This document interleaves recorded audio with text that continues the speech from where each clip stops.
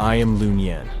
After a heartbreak, I entered a game to try to save my father and my cousin, but I ended up becoming the emperor of this small world, and now I possess the sacred body of dual cultivation. On a night, a young man walks down the street, sighing, reflecting on yet another failed job interview. He wonders when his life will finally take off. This young man is Liu Nian, the protagonist of this story. He is a university graduate and has already been rejected 18 times in job interviews. Despite this, he has a beautiful, caring, and attentive girlfriend. They met on the university campus, and she is always there to comfort him when he feels exhausted. Liu Nian tries to forget the frustrating interview, because today marks 3 years of their relationship, and he plans to surprise her. As he leaves the house, he spots a parked car rocking back and forth. He hears some voices and feels that one of them is familiar. As he approaches the vehicle, he sees his girlfriend at the window. She turns inside and says that her boyfriend is outside. The man inside the car tells her to keep going, saying that this makes the situation much more exciting. Liu becomes completely furious upon seeing that scene. At that moment, his mother calls him, and he wonders why she would be calling at this hour. When he answers, she informs him that his father and cousin are not doing well and had to undergo emergency surgery. He asks his mother not to panic and says he will get there as soon as possible. Leaving the cake behind, he runs off to meet his family. Meanwhile, at the hospital, the doctor tells Liu's mother that for now, they are stable but have fallen into a deep coma and may not survive for much longer.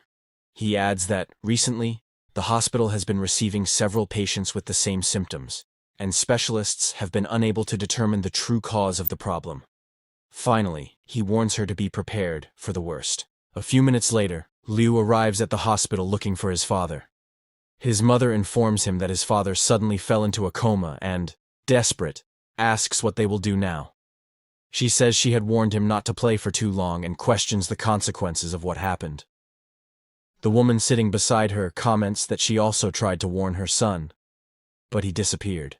Even after filing a complaint about the game with the police, it was in vain, as they were told the server was foreign. Moreover, even if they destroyed the VR glasses, new ones would appear at their doorstep the next day. Liu wonders what kind of game this could be. Then, he remembers that his father had mentioned a game in which he invited his cousin to play and mine money for the family. On his way home, Liu is holding the game's VR headset and remembers that it is an online game, recently released, that became very popular for being extremely realistic. Due to this immersion, the game caused a huge stir in the gaming community. However, his father and cousin fell into a coma after playing it.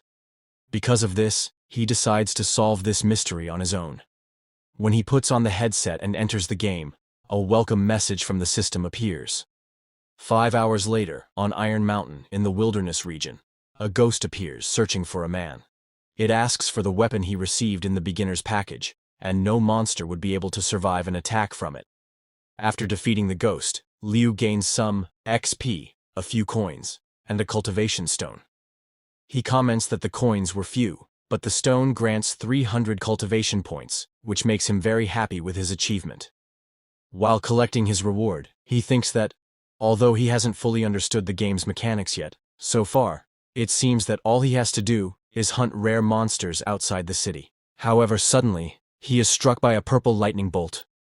He wonders which cursed mage dared to ambush him right after he left the novice city.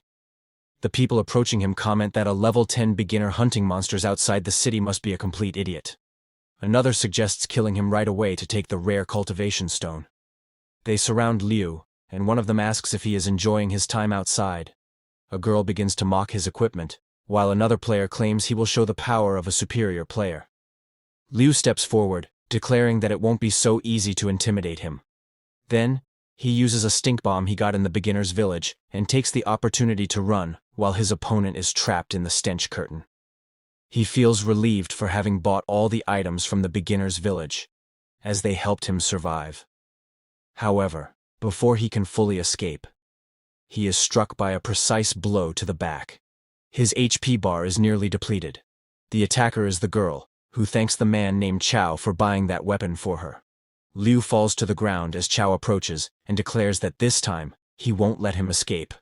Besides stealing his woman, he will take all his equipment. Then, he launches another attack and says he will take all his coins and stones.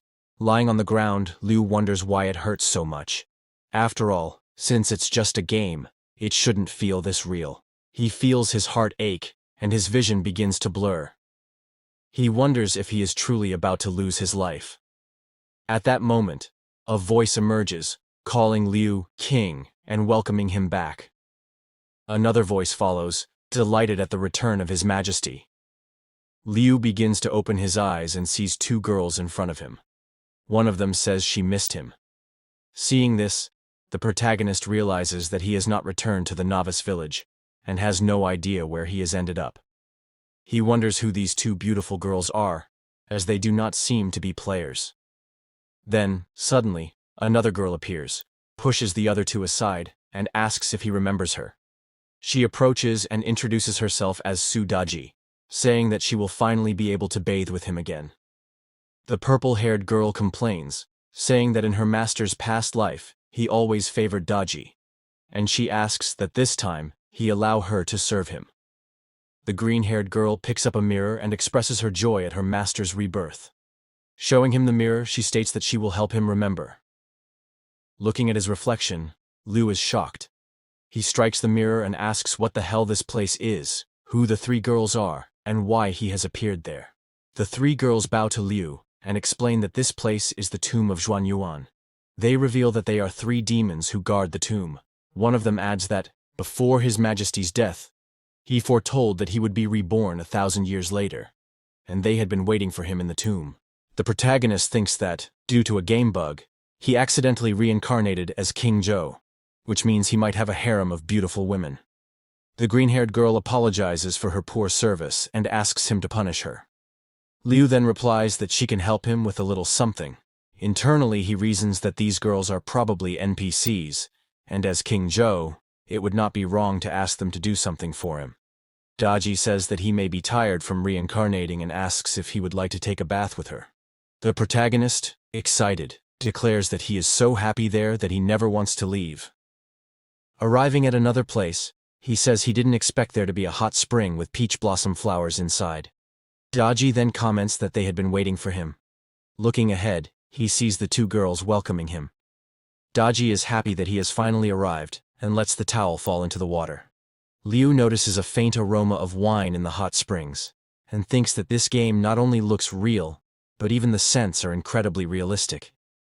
Daji explains that in his past life, he loved bathing in wine because it helped replenish his energy and improve his cultivation. She urges him to hurry, as the girls are waiting. Excited, Liu mentions that the wine cellar and meat garden can enhance cultivation and asks for them to start right away. Daji responds that it will be an honor to join him. The purple-haired girl, Shi Mei, says that she also wants to cultivate with him, while the green-haired one states that since he is a good ruler, he will have to share everything equally. He then says that, in that case, all of them should join in the cultivation practice. Liu thinks that this trio is amazing and that each of them moves him. Then, he asks the universe to let him stay there a little longer. And so, they begin the internal cultivation practice. Sometime later, a system message appears, congratulating him for unlocking a new class, the Human Emperor. Liu realizes that an entire night of cultivation allowed him to unlock a hidden class and learn new abilities. Everything felt so real that he now feels exhausted. Sometime later, the green-haired girl appears and says that something bad has happened. Shen Gongbao brought people to Xuanyuan's tomb, saying that he wants to settle matters with her sister at the Xuanxi Palace. Mei explains that Gongbao is not good at all, as he betrayed the Celestial Kingdom and is complicit with demonic sects. She warns that if he discovers the Lord is there, no one knows what he might do. At that moment, Daji says she will use the concealment technique and asks him to wait until she returns from Xuan Palace. The green-haired girl urges her to hurry there before that man becomes suspicious.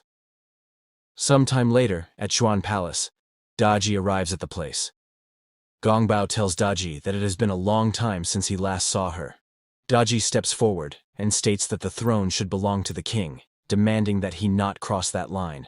One of the guards intervenes, saying that a mere fox demon dares to attack the future king of the demonic world. Daji glares at him and attacks directly. The guard asks her to wait, not to be rash, and to listen to what Gongbao has to say. Daji stops and orders him to speak quickly. Gongbao stands up and remarks that the emperor's soul dissipated 1,000 years ago. Yet Daji is still so in love. He reflects that, even after all this time, her cultivation power has not diminished, and for this reason, he wishes to win her over. He then begins to explain that ever since the primordial Lord of Heaven and Jiang Ziya designed an online game and transported humans to a small world for training, talents have been selected to ascend to the celestial realm. Meanwhile, humans leave puppets in reality to continue their lives. Since this game contains many elements of popular games and is extremely realistic, more than 1 million players have started playing since its release. Gongbao reveals that he has learned that players can be reborn without damaging their real bodies. But due to a conspiracy, the game's mechanism was adjusted, connecting the demonic world to the small game world. Several demons began invading that world and disguising themselves to collect human essence.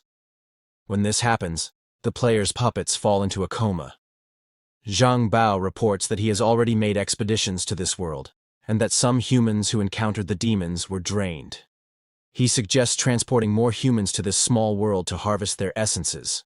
This way, they will gain more power, be able to break the barrier, and unify the 3 realms, making this goal attainable. The protagonist hears everything and is shocked to realize that it was not just a game.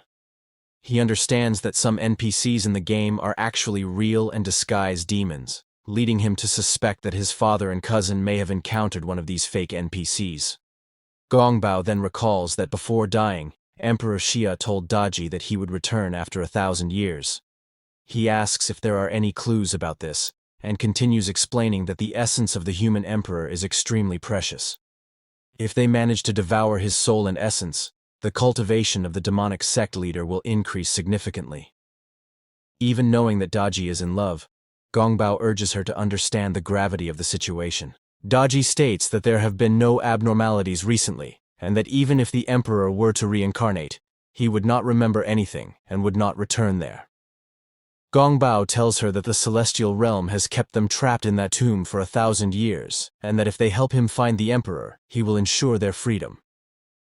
He then takes his leave, stating that he will patrol some areas of the game map and will not waste any more time there. After Gongbao's departure, Daji returns to the tomb and frees the protagonist from his pendant. He declares that he must stop Gongbao, as thousands of people could die if he succeeds in his plans, and the demonic realm would invade the real world. Determined, he decides to use his human emperor cultivation to find his father, Jiang, and thwart the conspiracy. The young women kneel before him, vowing to protect and serve him until the end. Daji then reveals a seal and explains that it is an artifact that only those with the emperor's lineage can open, asking him to examine it. Liu takes the object, wondering what might be inside. Daji instructs him to say the words, "I am the human emperor. Open the jade seal." As soon as he does, a yellow light begins to emanate from the seal, which floats in the air before finally opening before him. A sword appears. Upon seeing it, the protagonist becomes furious, as that damned sword is rusted. Shi Mei says that it seems to be the sword of the Phoenix King, which His Highness used to carry. She explains that the aura of the Phoenix Dragon's sword is fierce, capable of breaking through an army of 1 million men, but it requires a large amount of rare materials to be activated. Shi Mei says she will send the list of materials to His Majesty later. Liu realizes that he won't be able to use the sword right now, and that he needs to kill some monsters to level up while he's still under the effect of a buff. Daji suddenly hugs him. Saddened, she asks if he's already leaving the tomb, as after such a long separation, she can't bear to be away from him again. Liu gently strokes her head and says that he will always return so he can cultivate internally with them, asking her to be a good girl. Daji replies that it's wonderful, as she will be able to serve the king once again. The protagonist tries to teleport to the novice village, but he is unable to. Shi Mei explains that the village is too far away, so using normal teleportation is not possible. He asks if he's trapped there, and how he's supposed to level up. His third consort explains that his jade seal has a teleportation function, and that all he needs to do is think of the place, and he will arrive at his destination. Liu then takes the seal in his hand and concentrates. A portal opens above him. His consorts bow and bid farewell to their lord. Finally, he returns to the village of novices. Tired, Liu says he'll try to kill some monsters later, but at that moment, a crowd of people runs toward him, saying that the world boss has appeared. Looking at them, the protagonist wonders what that could be. A girl yells for everyone to get out of the way. Liu looks up and sees a beautiful, angelic girl flying over him. She lands, stepping on a few men who get irritated by it. However, our beloved protagonist is mesmerized by the girl and remarks that she is very beautiful. He watches her from a distance and remembers that those wings were a super rare item that increased speed. Even though many spent a lot of money trying to get them, few ever succeeded. Sometime later, a group of people was attacking a ginseng tree which, when destroyed, would grant a ripened fruit that served as a precious material to enhance cultivation. Liu was observing from a distance. He thought that this boss likely dropped rare materials, but decided to wait for now. A girl appeared holding a sword and charged toward the tree, delivering several strikes. Even though she was 2 levels below that demon, she felt she could handle the situation. Watching from afar, Liu thought she was very skilled. However, a crack began to open behind Liu, and a root emerged from it, grabbing both of their feet and wrapping them together, trapping them against each other. At that moment, Liu panicked. After trying to hold her, he couldn't take it anymore. The girl then noticed something strange, and asked what that weapon was that he was hiding and pressing against her abdomen. Liu, stammering, said it wasn't what she thought. It was just because she had been moving too much and things had gotten awkward for him. At that moment, a few ginseng fruits appeared beside them. The girl thought they were going to explode, and she was right. The fruits exploded on top of Liu, melting her clothes. Trying to pull himself together, he asked her to think about the magical items they had, as a second wave of explosions was approaching. The girl replied that she had an item called Phoenix Feather, which could get them out of there, but she couldn't use it at that moment. Liu told her not to worry, that he knew how to activate it. However, he let himself be carried away by strong emotions, and commented that he was smelling something really good. Annoyed, the girl reminded him that the next wave of explosions was coming, and that this was definitely not the time to be thinking about things like that. The girl asks him to activate the item quickly. He pulls her necklace with his mouth and tells her to stop moving. Then, he manages to activate the phoenix quickly. The girl is impressed, as it would normally take time to activate. The phoenix directly attacks the ginseng tree, and they manage to break free. The other people are somewhat upset, partly because the protagonist is siding with the girl, and partly because they find the power gap between paying and non-paying players in the game unfair. At that moment, the ginseng tree returns to its mutant form. The protagonist tells the girl not to worry, that he will take care of it. The men around them mock the protagonist, who is only level 9 and wants to face the boss alone. Hearing the comments, the girl remembers that her items are stored in the city warehouse and thinks that if things go wrong, she'll retreat. Even if it's embarrassing, it's better than dying and losing her gear. With the phoenix necklace in his mouth, the protagonist smiles and then jumps at the tree, activating the phoenix once again. The creature attacks the tree again. The surrounding people are completely shocked, while the phoenix continues to burn the demonic tree. The protagonist returns to the ground, being watched from afar by the girl, and manages to defeat the ginseng tree. Everyone is amazed by the power of that magical item. Then, a system message appears, congratulating Liu Nian for successfully defeating the ginseng tree. In addition to receiving rewards, he levels up from 9 to 12. The girl is fascinated. He used the phoenix 3 times in a row. Those 2 traders watch Liu from a distance, and Chao comments that Liu has many treasures and that they should find a way to rob him later. People around the protagonist become euphoric. The girl hears someone say there's something hidden in his mouth, something that could instantly activate magical items. She then thinks that might really be the secret behind his power. At that moment, the protagonist is looking at the phoenix item in his hand, until it breaks. Liu panics, knowing that item was worth the equivalent of a house in the city. The girls start running toward him, calling him a hero and wanting to be with him. But the girl thinks that if she kisses him, she'll find out his secret, because she believes he won't be able to resist. She starts running toward him, knocking down all the other girls in her way. As she gets close, Before he can say anything, she kisses him, leaving the protagonist completely confused. They kiss for so long that they end up lying on the ground naturally. The girl realizes she didn't find anything, and the protagonist, gasping for air, says he was just going to tell her he broke her phoenix necklace. The girl gets up and replies that it was only 3 million. She explains that since he blocked the explosion earlier, his gear was damaged. She invites him to go to the Manhwa Tower auction house to take a look. The protagonist, shocked, says the things there are way too expensive. She grabs his hand and says it's just a thank you, and that now they should go to her apartment to change clothes. In truth, the girl is fuming. She lost her first kiss and didn't discover anything. She's not going to let it slide and is determined to search him thoroughly. She then thinks, with determination, "Tonight I'll take everything from him." Arriving at her house, the protagonist is startled by the size of the mansion located in the VIP area. Looking inside, he starts doing the math. The in-game currency is 1-to-1, so that residence is worth millions. He enters her room and is enchanted by everything, even throwing himself onto the bed. The girl comments that the last battle left her feeling very dirty, so she's going to take a shower. And so she does. At that moment, the protagonist wonders how he ended up at that level, and whether she might somehow be offering herself to him. While showering, the girl says she's glad she bought a box of charming incense earlier. She applies the product to her body and states that as soon as he faints, she'll look for whatever he's hiding. Sometime later, she returns to the room. Since there was still some time before the Manhwa Tower auction, they could rest for a while. The protagonist and his friend, seeing the situation, get excited.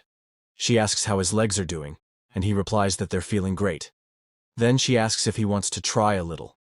Smelling the incense, he leans in to sniff her and, unable to hold back, jumps on top of her, saying he can't take it anymore. Confused, the girl wonders why he didn't pass out from the smell. At that moment, she remembers what happened earlier. She had gone to a merchant to ask if he had something that could knock anyone out. The merchant offered her a box and explained that simply knocking someone out might not be effective, but the vial inside contained something much stronger. She decided to buy it. Back in the present, she realizes the merchant had actually sold her an aphrodisiac instead of a knockout elixir. The protagonist kisses her, and she ends up giving in to the moment and the situation. The next day, she's wrapped in the sheets, thinking that she didn't manage to uncover anything. And on top of that, got too involved in something that lasted more than 6 hours. Liu apologizes for that. She gets up in a panic and says that apologizing won't help. Now he's the son-in-law of the Fang family. She grabs a virtue manual and tells him that regardless, he's her partner now.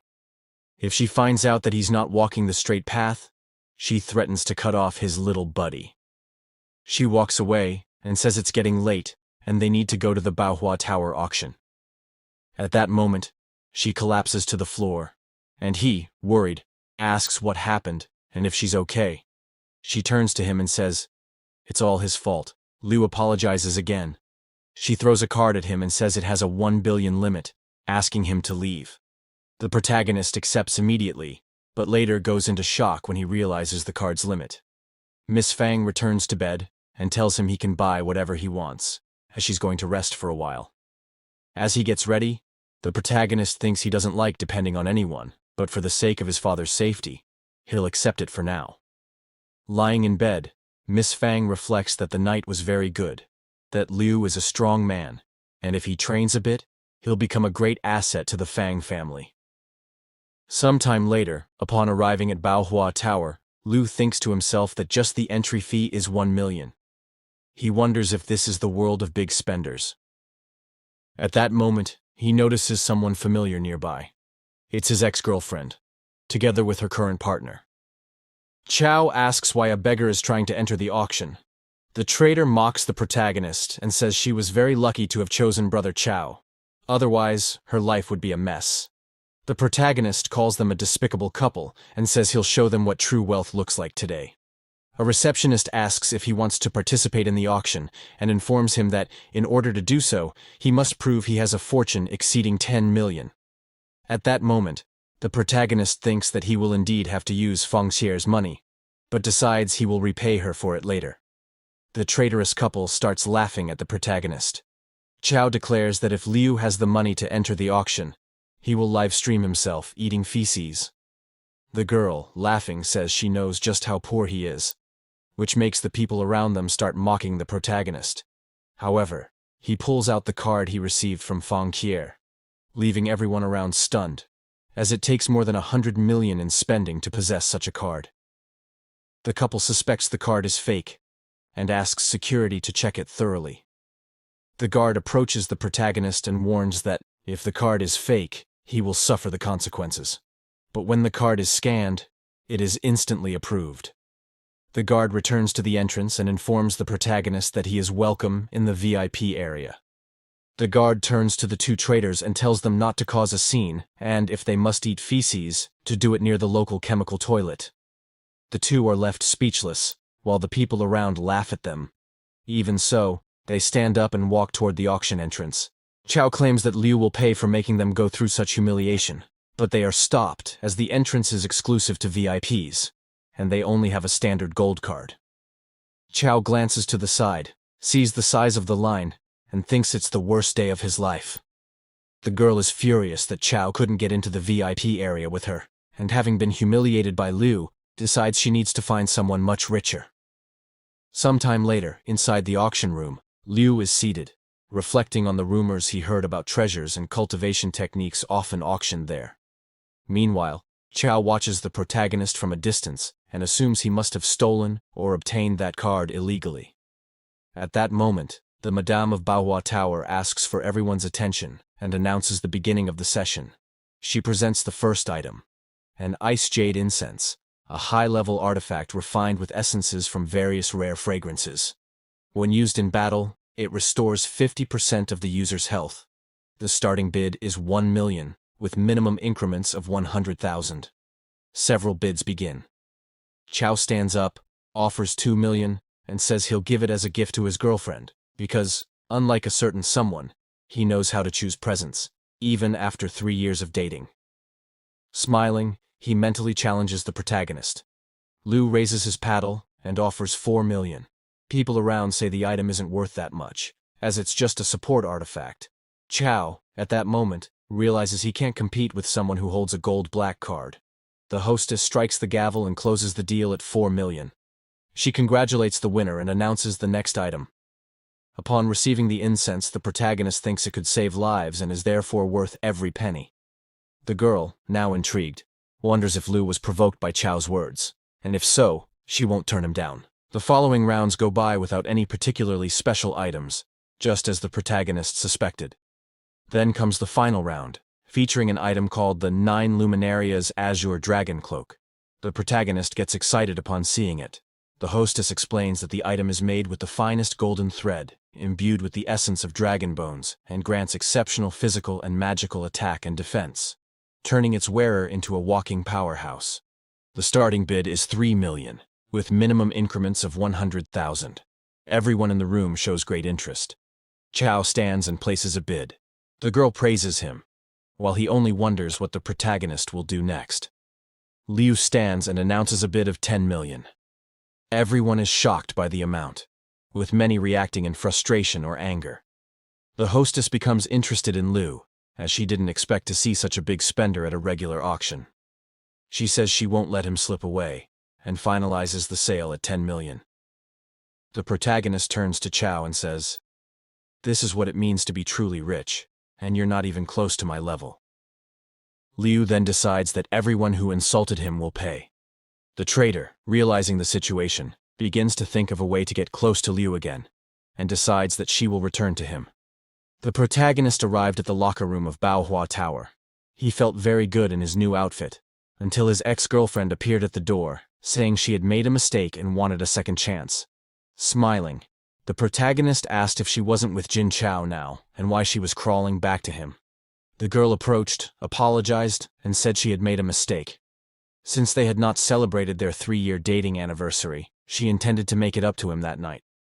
Looking at that viper, the protagonist thought that, at this point, she meant nothing to him anymore, and he had already seen far better. He then recalled his beautiful consorts. Rejecting the woman, The protagonist said that during their 3-year relationship, she had never wanted to do anything, claiming it would only happen after marriage. But with Jin Chao, it had been different. At that moment, someone arrived at the locker room door and asked why there was so much noise. Liu was surprised to see that it was the madam of Baohua Tower. She approached and asked if he had some time to talk that night. Avoiding looking directly into her eyes, the protagonist grew excited at the proposal. Meanwhile, his ex, fallen to the ground, watched the two of them. The madam then kicked the traitor, saying that a mediocre person like her should be content with cleaning the tower's bathrooms. Chao arrived at that moment, accusing the protagonist of being a fraud and bringing some guards with him. The men asked Liu to cooperate with the investigation and hand over his card so they could verify the account. Liu handed over the card, but mentally called out to Miss Fang, asking her to save him from any trouble. The pair of traitors gathered again and began mocking the protagonist. However, the guard announced that the card had been verified and was indeed registered in Mr. Liu's name. The protagonist felt relieved, mentally thanking Miss Fang for changing the account information just in time. Before leaving, the guard warned Chao that if he continued slandering others, he would be sent for interrogation. Irritated, Chao turned to Liu and asked how a rat like him could have obtained such a card and what trick he had used. Laughing, Liu replied that he loved seeing Chao so angry. Furious, Chao drew his sword, saying he would eliminate Liu. Confident, the protagonist challenged him, saying he wanted to test his new outfit. However, the lady of the tower struck Chao with her fan and stated that it was enough, threatening to eliminate him if he insisted on fighting inside Baohua Tower. Beaten, Chao realized it was better not to mess with her. As he and the ex-girlfriend reached the door, before they could say anything else, the lady of the tower kicked them out. Turning to the protagonist, the lady of the tower said he now owed her a favor and asked how he intended to repay her. Liu thanked her for the help and offered to buy her dinner. She refused, saying that dinner was not necessary, and suggested he come to her room to talk a little. Liu, remembering he had just spent the previous night with Fang Qier and fearing he would be exhausted, hesitated, asking if that wouldn't be inappropriate, as she seemed to be a married woman. Sadly, she asked if he was suggesting she was too old. Approaching him, she claimed to have far more skills than any younger woman. Whispering something in his ear, she left the protagonist desperate to escape, claiming he had something urgent to resolve. However, she stopped him, asked him to listen, and then pulled him into a kiss. While kissing him, she thinks she heard that he might have something hidden in his mouth, and she wants to search for it herself. She tastes the same flavor as her older sister, but wonders if her sister had not been sealed in the tomb of Xuanyuan. Then she thinks, if there's a trace in the mouth, there must be one elsewhere too. She kneels down and tells the protagonist that she will help him relax a little. She realizes it is indeed the taste of her older sister, as well as that of Sister Hu and Sister Wang. At that moment, the protagonist wonders if this is how the rich live.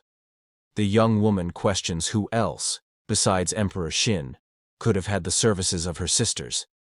She had heard that Emperor Xin once worked at the Celestial Marriage Registration Office, but was demoted to the human realm for frequently missing work. The protagonist, feeling extremely hot and unable to hold back any longer, ends up setting off fireworks. The girl stands up and asks how it was for him, and trembling, Liu responds that it was incredible, absolutely fantastic. She then offers him a cell phone, saying that since he is new there, he might not yet have a way to communicate, and now he would have her contact. If he needed anything, he could call her, as Qingjuya would always be available for him. The protagonist becomes excited upon realizing that in that world there were also cell phones, as he thought everyone still used talismans to communicate. Smiling, she says that Liu is funny, because using talismans was something from ancient times. Nowadays, people use cell phones for distant calls and telepathy for close-range communication. She hugs Liu and asks if he would like her to teach him telepathy. Suddenly, a light appears in front of Liu. It is the Emperor's jade seal, making Ya certain that he must be the reincarnation of Emperor Xin. At that moment, she gives him a storage ring and explains that leaving a cell phone exposed could cause trouble. But with the ring, he could store it safely. He thanks her, and she responds that it's no problem. However, she then remembers her sister, who has been trapped for 1,000 years, and how her family had faced difficult times since then. The protagonist wonders if Ya might be working with Shen Gongbao, but the girl tells him to relax, as she would not betray him. The protagonist is surprised to realize that she was able to read his mind. She warns him to be more careful with his thoughts around powerful people, as they can see what is on someone's mind. The protagonist then starts praising her in every possible way. Embarrassed, the Lady of the Tower replies that he does not seem like Emperor Xin, and asks if all the time away had softened him. But she quickly asks him to stop joking, reminding him that the place was dangerous. She picks up a book of teachings about the mortal journey, and tells him to try to learn something from it. The protagonist thanks her for her kindness, and asks if the tower sells information, as he wanted to know something about his father and cousin. She confirms and says she will make the request, and they will probably get a reply in a few days. The protagonist thanks her and says he will return to cultivating, so as not to take more of her time. She answers that she would have stayed longer with him, as she thought they would spend most of the night together. At that moment, a short man appears and asks if he can talk to her late into the night, since he has a lot of free time. Annoyed, she asks if he ever gets tired. The man insists, offering her his great-grandfather's treasure in exchange for her company. Irritated, she spits something into the man's mouth, who comments that the taste was a bit salty that day and asks if she is feeling well. Furious, she yells at him to leave, while in the background, the protagonist recognizes his little ones in the man's mouth. Sometime later, the protagonist is leaving the tower when the short man calls out to him, asking Liu to wait. Looking back, the protagonist wonders if the man realized what he had just eaten. The protagonist turned around and asked what the man wanted. The short, irate man said that even though Liu was just a mortal, Sister Qingqiu served him willingly. The protagonist wondered if that man was about to try and hit him, but suddenly the man grabbed Liu's hand and, crying, asked how he had managed to win over Sister Qingqiu or if he had some trick up his sleeve. Seeing the situation, the protagonist questioned whether that man was an idiot. Liu then turned and said he didn't have time, as he was going to hunt some monsters to level up. The man clung to Liu's legs, saying that killing monsters was nothing compared to this issue, and begged the protagonist to teach him some trick. The man revealed he was from the Tiangang sect and claimed they offered a wide range of cultivation resources. At that moment, the protagonist remembered that this guild was known as a black market, and that having this man as an ally would be a great boost in the business world. So, the protagonist told the man that if he really wanted to know the secret, he would have to prove he was willing to pay for it. The man showed several items and explained that the prices of those rare items were much lower than at the tower auction, offering them as a gift to the protagonist. Confident, Liu thought he had already expected that from this guy, and that surely those were valuable items. The man began explaining the full uses of the items and asked if Liu could now reveal his trick. Liu then offered a book, saying it detailed the art of intimacy between a man and a woman, including various techniques. The book also helped nurture one's essence, benefiting both body and mind. Happy, the man thanked the protagonist, and after reading a little of the book, he commented that it was indeed a definitive guide. Sneaking away, the protagonist thought that he had written down everything Sudaji had taught him in that book, and now he could level up a bit more. Elsewhere, in a local forest, the protagonist was surrounded by forest wolves. Probably over 100 in that place. Prepared with his new items, Liu said he was ready to crush them. He charged at several wolves and eliminated them all with a single blow. A system message appeared, congratulating him for reaching level 20. Sitting on the ground, the protagonist analyzed that the potions and talismans from the little man had been excellent, greatly accelerating his growth. However, he remembered that he still didn't have a class, and said he would head to the main hall to take a look. Arriving at the main hall, the attendant asked how she could help him.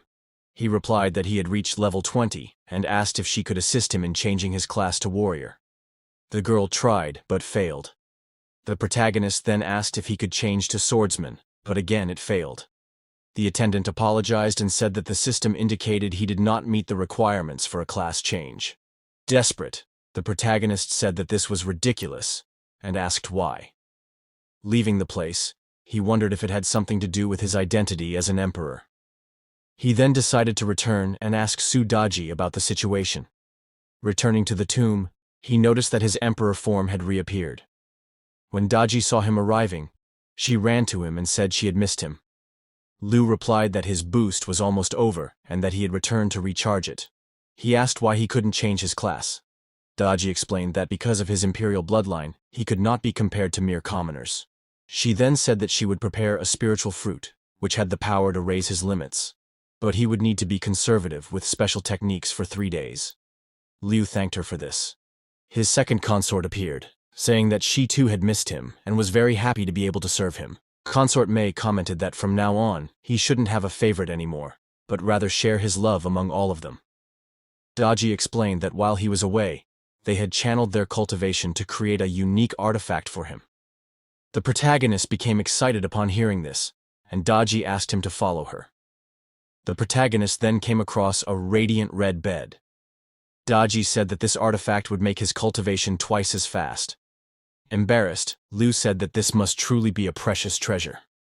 The girls then climbed onto the bed and asked what he was waiting for to start cultivating. A long time has passed in cultivation, and a new disciple has been introduced.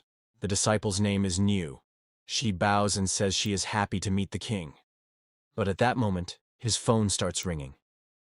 The lady of the Baohua Tower was calling. She informs him that she has just received news of someone who was found collapsed near a pool, and everything indicates that it's his cousin. She warns him that the area is inhabited by strange monsters and that he needs to be careful. The protagonist thanks them and says he didn't expect news about his cousin so soon. He then grabs the artifact and quickly teleports away. Elsewhere, in the Tiwei Mountains, at Bibo Pool, the protagonist arrives and sees a great commotion ahead of him. One of the men says there's a rumor about a precious treasure in that area and demands that the fish NPC hand over the treasures. Crying, the fish man says he's just a simple NPC and asks how he could possibly drop items and rare treasures. The protagonist, noticing a strong resemblance between the catfish NPC and his cousin, wonders if it could actually be him or not. He then says, "Hey cousin." The fish NPC rushes toward the protagonist, grabs his legs, and crying, asks if he's really Liu Nian. The traitor couple starts laughing at the situation, because the fish NPC called the protagonist Big Cousin. Liu wonders why those two are always everywhere, but he ignores them and explains the situation to his cousin, along with the reason he entered the game. He asks where his father is. The cousin explains that he and the uncle fought some monsters until they reached level 20. But when they tried to change classes, something went wrong. Liu's father's transfer was successful, but he ended up being sent to Bibo Pool. The system said he is the reincarnation of Benpo Ben. Crying, the cousin begs Liu to save him.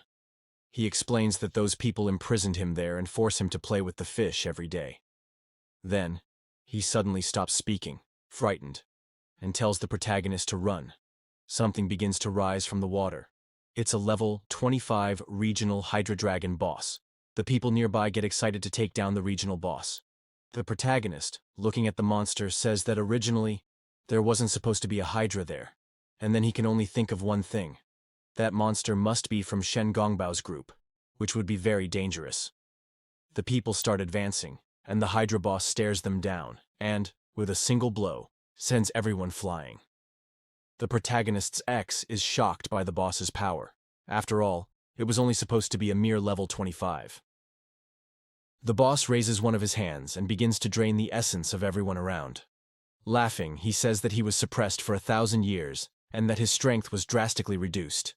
With this essence, he will be able to regain his power. He continues absorbing everyone's essence until they are reduced to mere dry husks.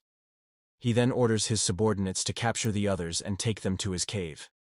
His minions charge toward Liu and the others. The protagonist quickly grabs a scroll and activates 2 talismans to launch an attack. The scrolls envelop the attackers, who are eliminated within seconds. Liu turns to his cousin and asks him to pretend he's attacking the protagonist so he can escape. He promises he'll find a way to return and save him. The cousin agrees, and they begin to stage a fight.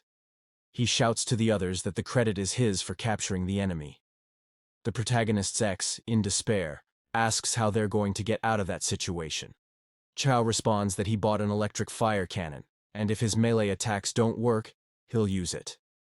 He then draws the cannon and says he'll attack the boss directly. He does so, landing a direct hit, which causes everyone nearby to celebrate. Meanwhile, the protagonist and his cousin continue pretending to fight. Chow laughs, but the boss approaches him. Enraged, the Hydra declares that the attack failed. Chow looks up in fear, and the Hydra casts a spell on him, turning him into a girl. Confused, he doesn't understand why he was transformed. The boss says that his subordinates have been working too hard, and this would make things more interesting for them. The minions, excited, thank their leader for the great gift. Surrounded, Chow shouts for the monsters to back off, insisting that even though he's been turned into a woman, he's still a man. One of the monsters replies that some fish species can change from male to female, so it's fine. The protagonist's ex, seeing her current partner in that situation, wonders why they're going through all this, and remarks that she's never heard of such a mechanic in the game. The protagonist and his cousin even start to feel sorry for the two. The boss then looks back and thinks that Bembol should have finished the fight by now. Chow asks if the two are working together. The protagonist's ex responds that they're cousins and are acting in coordination. The boss then turns to them and unleashes a powerful attack. The protagonist tries to defend himself, but is thrown backward. His HP drops to 0 at that moment, and he realizes that even with that gear set, he could barely withstand the blow. If he gets hit again, he certainly won't survive. So he uses the ice incense he bought at the Baohua Tower auction, which rapidly restores HP. Even at the risk of having his identity exposed, he uses the king's treasure to attempt a teleport, knowing that if he doesn't get out of there, he'll die. He desperately wanted to take his cousin with him. The Hydra monster realizes that this is Emperor Shin, and casts a spell to cancel the protagonist's teleportation. Liu, seeing this, thinks that it's all over. Preparing all his items, Liu decides that he is going to fight and that he doesn't want to be eliminated there. The demon Hydra says he will capture the essence of that mortal emperor and then launches a direct attack toward Liu. Due to the speed of the attack, the protagonist thinks it's all over, but his cousin jumps in front of him, defending him. He turns and tells Liu to run, thanking him for coming there to save him. Seeing his cousin wounded, Liu begins to cry. He remembers the time when the two of them used to go to cyber cafes, and his little cousin would defend him. A stinky fish like this is overestimating itself. Then he turns to Liu, who has his head down, and tells him that it's his turn now. Filled with rage, Liu declares that he will eliminate the demon Hydra. The demon, mocking him, says that he is just a mere human, and that it would only take one finger to defeat him. But before the monster can say anything else, Liu pulls out his talismans. However, the demon grabs the scrolls and burns them. Even so, Liu charges forward and says it's not over yet. He then unleashes a triple wind strike. He begins to attack with all the items he has, and each blow removes 1% of the monster's HP. Hydra's minions wonder why their master is being overwhelmed by a human. One of them questions whether magical weapons can be used infinitely. A few remaining people watch from afar, silently and anxiously. The confident demon says that Liu will never be able to kill him, for there is a vast difference between humans and enlightened beings, a barrier Liu will never be able to cross. But Liu, focused, declares that the monster deserves to be eliminated. Hydra asks the protagonist how he dares to challenge him with a rusty sword. Suddenly, the monster realizes it cannot move. Consumed by hatred, Liu cuts him in half. Hydra's minions are shocked by the scene and can't believe Liu managed to strike their master. The people who were being captured begin to rejoice at the possible chance to escape. At that moment, Liu thinks that he has already used everything he got from the pig man. And even though that sword is not fully forged, its hardness would already be enough. Seeing his imminent defeat, Hydra unleashes a massive power, and a shockwave pushes Liu far away. Once again, his HP drops to nearly 0. Hydra, now in an even more terrifying form, tells the protagonist that he will show him the enormous difference between mortal humans and enlightened beings. Everyone on the beach starts celebrating Liu's possible victory over the monster, but Hydra's minions start laughing and say that those people are celebrating too early. Hydra begins to transform into water. Liu, confused by what he sees, watches as the monster starts returning to his original form. He then declares that he will no longer give any chances to the mortal emperor. Liu realizes that the demon had sacrificed one of its snake heads to forge a new one. The Hydra demon declares that humans, like bedbugs, can still hurt him, but even if he wipes them from the earth, the hatred in his heart will never fade. Then, he launches a powerful attack on the protagonist, who has no energy or means to defend himself. Suddenly, a light appears in the sky, and a voice is heard from above, shouting not to harm Lucia. The Hydra demon looks up, confused, and at that moment, a massive golden dragon descends from the heavens and quickly eliminates him. A system message appears, congratulating Liu for defeating the boss of the dark faction, and he levels up from 20 to 24. He looks to the sky and sees a man riding a winged beast. He wonders how this man managed to defeat the Hydra demon with a single strike. This man was Wen Zhong, the great teacher of the Yinshang dynasty, who after his death was granted the title of the Nine Heavens. Wen Zhong lands before the protagonist, kneels, and apologizes for not arriving in time to save him. However, he expresses great joy at meeting him again. At that moment, two other figures appear in the sky, and, with lightning descending straight from the clouds, eliminate all of the Hydra demon boss's minions. Two beams of light descend toward Liu and Wen Zhong.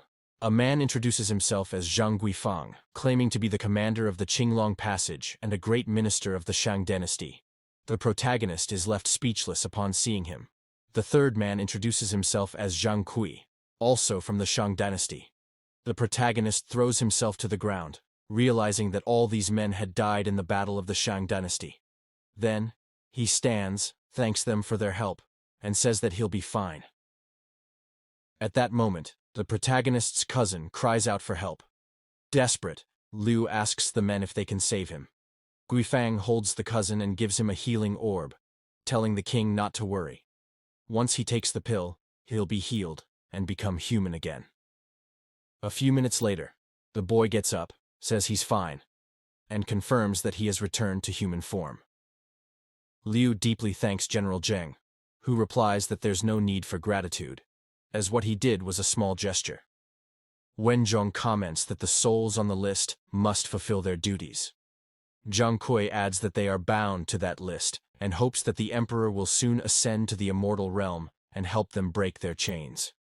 Liu agrees and says he will train intensely to reach the highest level as quickly as possible. Wen Zhong warns him that His Highness mustn't think like that, as the path to cultivating immortality is long and each step must be taken carefully. Embarrassed, the protagonist says he was just speaking casually, but he does intend to level up quickly. Kui then asks what they should do with the remaining people nearby, and suggests eliminating them to preserve the identity of His Highness. The traitorous couple, desperate, insists they saw nothing, and Chao only wants his body back. Thinking through the situation, Liu concludes that if the three kill innocent people, they might be added to the list of names, which would be bad for them. He decides that erasing their memories would be better. The three exchange glances and say the king is wise. Then, the elder Zhong activates his magic, erases the memories of everyone on the beach, and reverses the Hydra King's spell on those people. They mount their flying beasts again, and, before departing, say that since the problem is resolved, they will leave before others arrive and discover their identities. Flying through the sky, they wish the protagonist success in his cultivation and hope he ascends to immortality as soon as possible.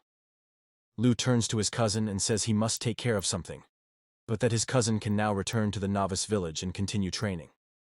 His cousin replies that he will work hard to match the protagonist's power. Somewhere beneath the waters, a palace appears. A wedding amulet begins to crack. A furious woman asks who was responsible for killing her beloved. This was Princess Wan Sheng, wife of the nine-headed Hydra. She leaves the palace and tells her attendants that she will be gone for some time. Angry, she vows to find out who did it, and to take revenge on whoever harmed her beloved. Returning to the protagonist, he realizes he forgot to inform Wen Zhong and the others about Gongbao's plans.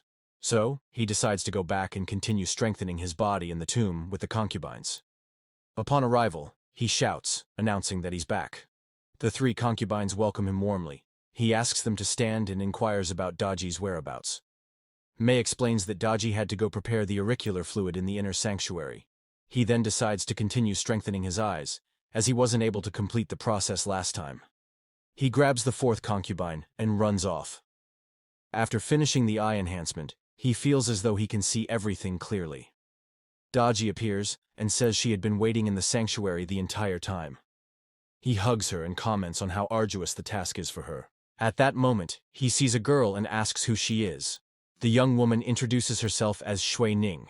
He turns to Daji and asks who she is. Daji responds that Shui Ning claims to be a demonic spirit from the East China Sea. She possesses a unique trait. She can grant someone the ability to hear all the subtle sounds in the world.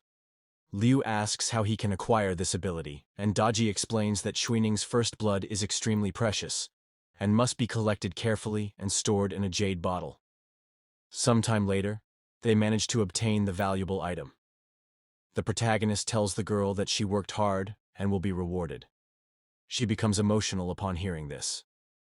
Liu tells Daji they successfully extracted the liquid, and Daji tells him to lie down so she can perform the purification. He places his head on her lap, and she pours the liquid into his ear.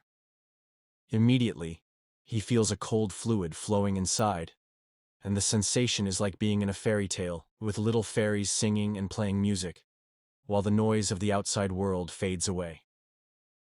Liu gets up and says that both his ears have been successfully strengthened. Then he asks Daji what else needs to be done to complete his body enhancement. She replies that everything is ready and asks him to follow her.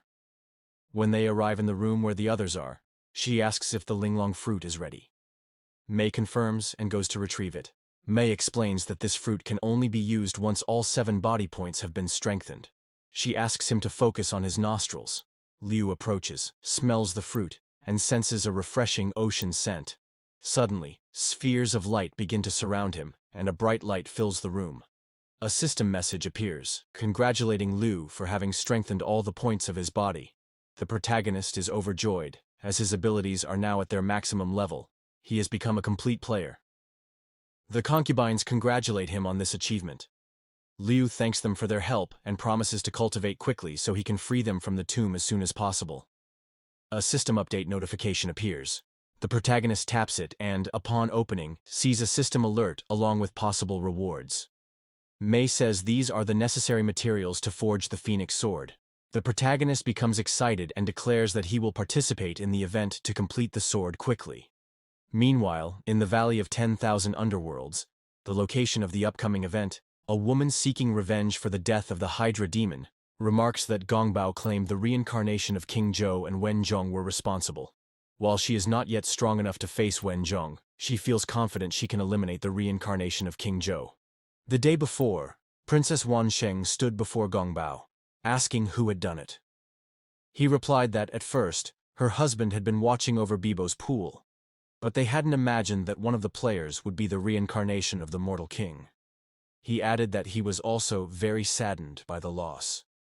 Seeing the young woman's sorrow, Gongbao said he had thought Wen Zhong would eliminate all the humans to ensure the secret of the mortal king was kept.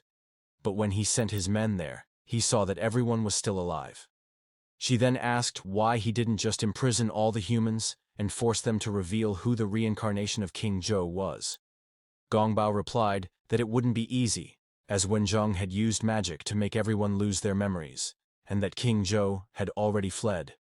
The princess then remarked that it seemed King Zhou was very cautious and would not reveal himself easily in the future.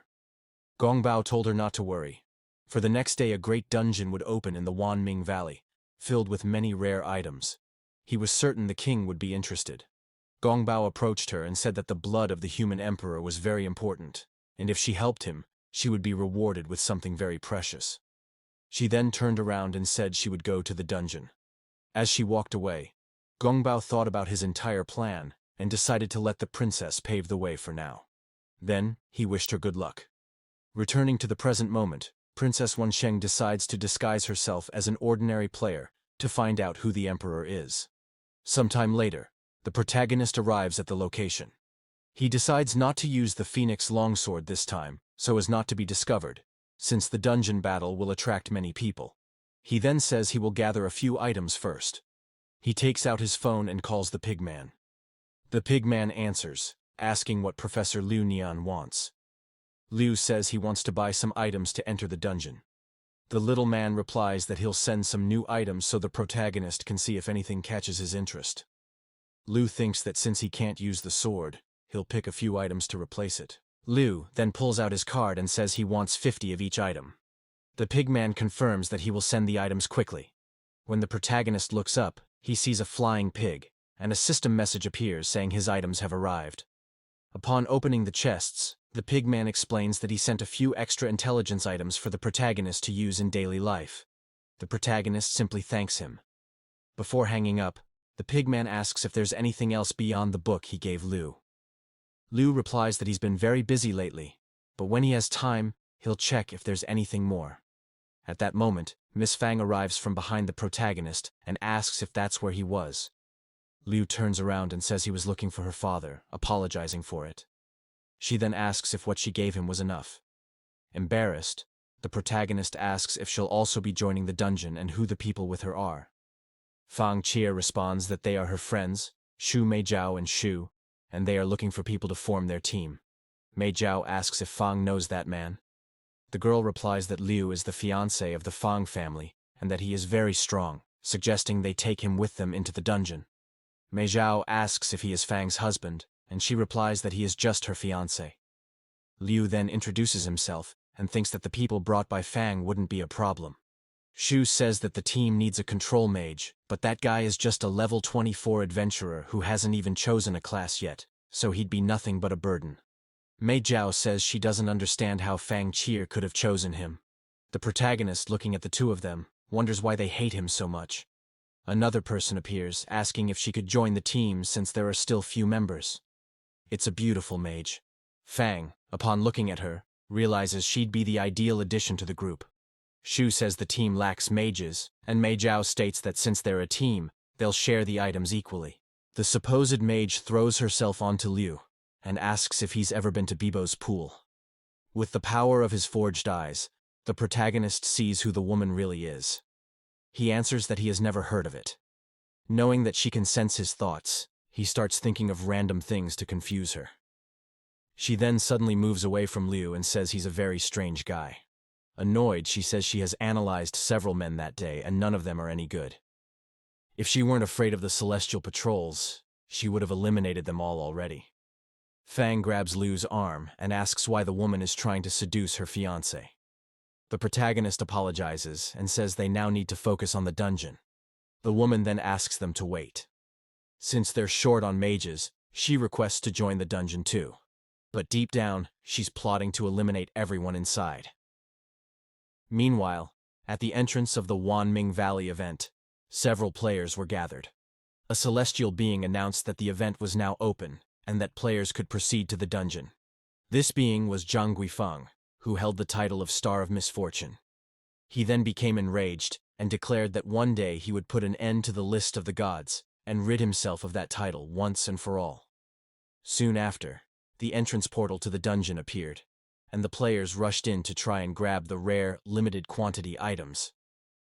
Guifeng, while observing Liu's team, noticed a different aura emanating from the supposed mage and stated that he needed to investigate. As he tried to leave his post as a gatekeeper at the dungeon entrance, someone appeared, asking where he was going. It was Huang Tianxiang, the Master Star, who said that a misfortunate star dared to call him by name. Guifeng replied that he wasn't afraid, and then the Master Star said he would show him the consequences of such defiance. At that moment, a voice interrupted the argument, yelling for the two to stop. The person continued, saying that this fight had lasted for thousands of years and that they still hadn't moved past it. He reminded them that they all now served heaven and must protect the world's order. Tianxiang bowed and said the third son was right, then left the scene. Meanwhile, Guifeng explained that he had seen a monster disguised as a player entering the dungeon and wanted to investigate but was stopped by Tianxiang. The third son responded that he had recently heard reports of monsters invading that small world and asked Guifeng to remain on guard there, as he himself would go inside the dungeon to investigate. Then, he quickly entered. Meanwhile, somewhere inside the dungeon, the protagonist and his team were passing through. Fang remarked that before entering the dungeon, there had been many people, but now, after entering, only a few remained.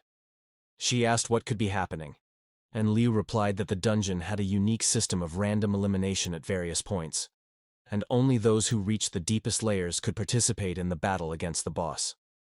Looking back, he thought that Princess Wansheng had stopped listening to him and had only entered because of the celestial guards and because Fang had argued with her outside. She probably didn't dare to read his mind again. He then explained that upon entering the dungeon, he tried to move as slowly as possible so Guifang would sense something was wrong. If he had revealed the princess's presence on his own, his ability to see real monsters would have been discovered by the enemies. His plan at the moment was to check if there were any more real monsters around. If they were just NPCs and were eliminated, they would reappear somewhere. But if it was a real monster, it would definitely have to be attacked directly. In the corridor ahead, Liu noticed that everyone there was just an NPC. Mei Zhao said she would lure some monsters so the mage could freeze and eliminate them. Shu suggested she use a blizzard to slow down the enemies. The mage stated that she would fight them now but would later eliminate all of them in the lower levels of the dungeon. Fang then asked everyone to be careful, as a new wave of monsters was about to appear.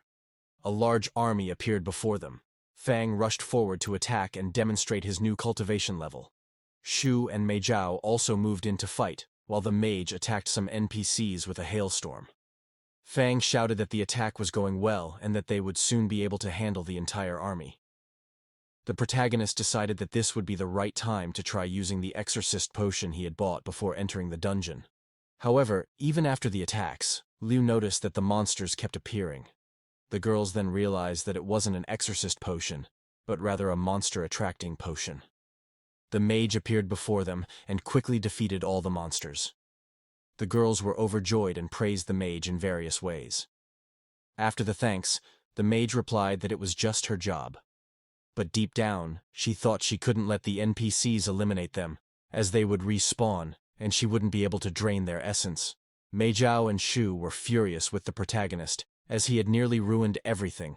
Fang pulled him away from them and said he had only used the item without realizing it was wrong, apologizing on his behalf. Then Fang told Liu to be more careful next time and read what the potion said.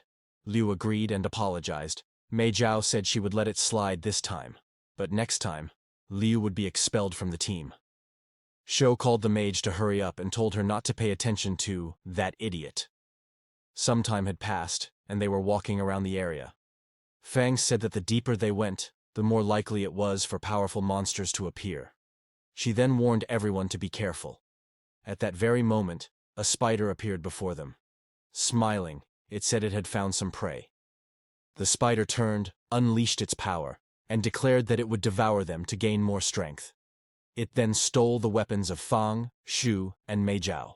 The protagonist launched several flame talismans, but the spider, laughing, said that a few pieces of paper wouldn't be enough to destroy it. It told them to surrender and become its food.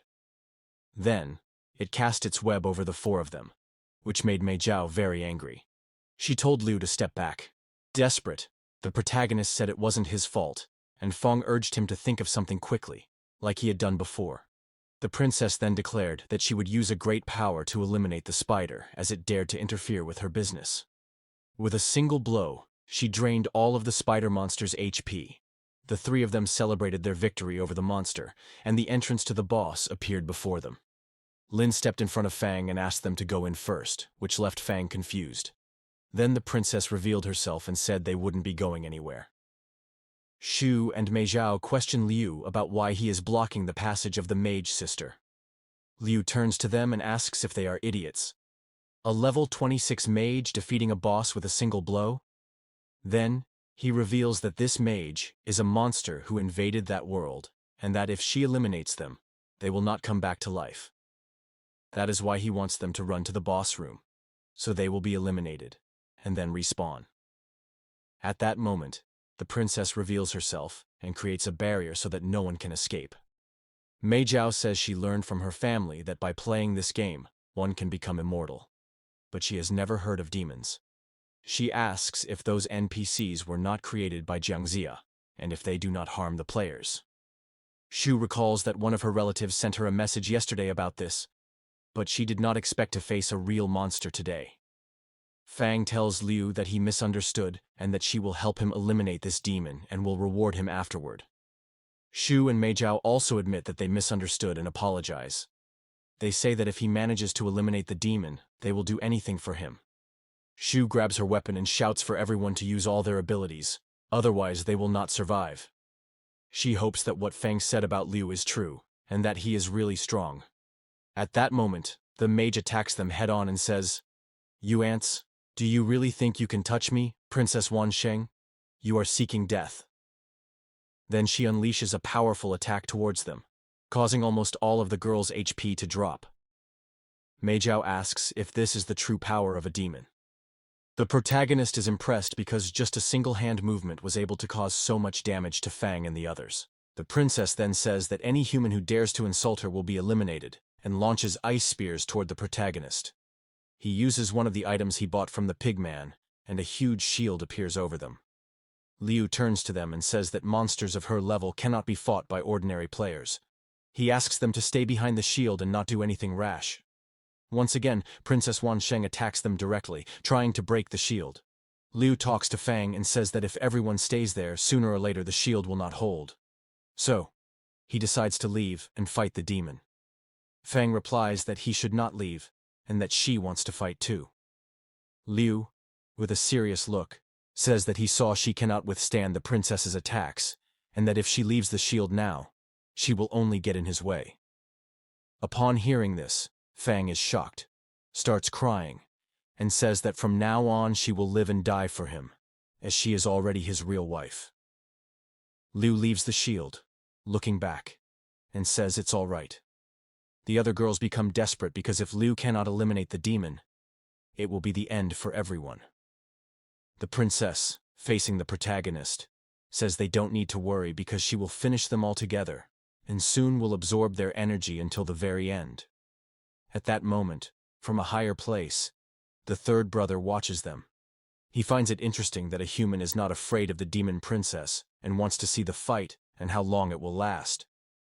The princess launches an ice attack toward Liu, who uses his stealth ability to dodge all the attacks. He then turns around, throws talismans, and uses his immobilization technique. After capturing her, he unleashes his fireball skill and then activates his ninja ability, attacking from multiple angles at the same time. The girls, seeing this, think it will all be useless since Liu's highest skill level is 4, and that won't be enough to fight the princess. The third brother, watching from afar, says it's really like that. He would need to have skills at level 20 to affect a demon like her. But suddenly, he is shocked, and wonders how this happened. The princess had taken a lot of damage at that moment. Fang also wonders how the damage was so high and how her man is so strong, which makes her enchanted by it. Shu and Mei Zhao regain hope in an imminent defeat of the demon, and the two girls think they were really wrong. Falling backward, the princess thinks these insects can really hurt her. She then asks how a player with level 4 skills could cause so much damage. Liu, confident, replies, "Who said my skill level is only 4? I'm not an ordinary jobless player." The princess says that doesn't matter and that she will eliminate him right there. She then uses her purple dragon dance technique, which makes the third brother apprehensive. Fang shouts for her husband to be careful, and so do the girls. Liu thought, at that moment, that the attack was so powerful that if he hid behind any defensive barrier, it could end up hurting Fang and the others. But Fang told him to catch something and threw an item to the protagonist. Liu grabbed the speed item and quickly moved away from the attack, causing the dragons to chase him into the sky. The princess said it was useless because anyone hit by her purple dragon dance would be definitively eliminated. She then turned to the girls and stated that after eliminating Liu, she would take them all to her castle, and, after the guards were done with them, she would drain them. Shu and Mei Zhao hugged each other, terrified, saying it was all over. Fang told them to trust Liu, saying he would definitely defeat the princess. At that moment, one of the dragons struck Liu's backside, making him scream loudly. Fang, looking back, said it was nothing serious, just a small mistake. She insisted that they couldn't just stand there, and that when they got a chance, they should use their weapons to attack and help Liu. Meanwhile, the protagonist kept dodging the dragons. Irritated, the princess asked if he was a rat, running away like that. Flying at high speed, Liu eventually took damage. The girls wondered what had happened because he was losing a lot of HP. The princess explained that her dragon was highly venomous and that after biting the protagonist, the poison had started to spread. Liu said it didn't matter because he still had healing pills. As he approached the princess, he wondered if the wings he was using had some special ability. Then he remembered something the princess had said. Anyone hit by the purple dragons would surely die. He decided to try something and activated a rare ability of the wings, speeding past the princess and positioning himself behind her. Liu was now sure that the Wind Thunder Wings had rare and valuable abilities. He grabbed the princess, making the dragons turn against her. The princess screamed desperately until she was hit directly, and Liu was thrown far away. With that, the demon princess was eliminated, and the barrier she had placed around everyone disappeared. Fang and the others celebrated the victory. The third brother, seeing all that, was surprised by the protagonist's power and intelligence. A system message appeared, congratulating the player for defeating Princess Wan Sheng. As a reward, he received a Stygian ice stone. The protagonist remembered that this stone was one of the materials used to activate the Fang sword. At that moment, the girls ran to Liu. Chu asked if he didn't want to be her family's son-in-law, and Mei Zhao asked if he wanted to be her master. Fang pushed them away and told them to get out of her way because Liu was already the Fang family's son-in-law. She then kissed him and thanked him for saving her, but said she now needed to show that he belonged to her, which left the other girls very annoyed. Sometime later, Liu said that everyone needed to heal before entering the boss level. Using healing potions, everyone quickly recovered. The third brother appeared at that moment and commented that, for a level 20 player with no profession, defeating Princess Wan Sheng was quite impressive. Liu stood in front of Fang once again and asked who that man was. The man responded by asking if they really couldn't recognize him in those clothes. After analyzing the items, everyone was shocked and identified him as the third prince, Neja. He approached the protagonist and said he had just watched the battle, praising Liu's talent. Neja asked if Liu wanted to be his little brother, promising to protect him from now on. Liu wondered, at that moment, if Prince Neja was gay.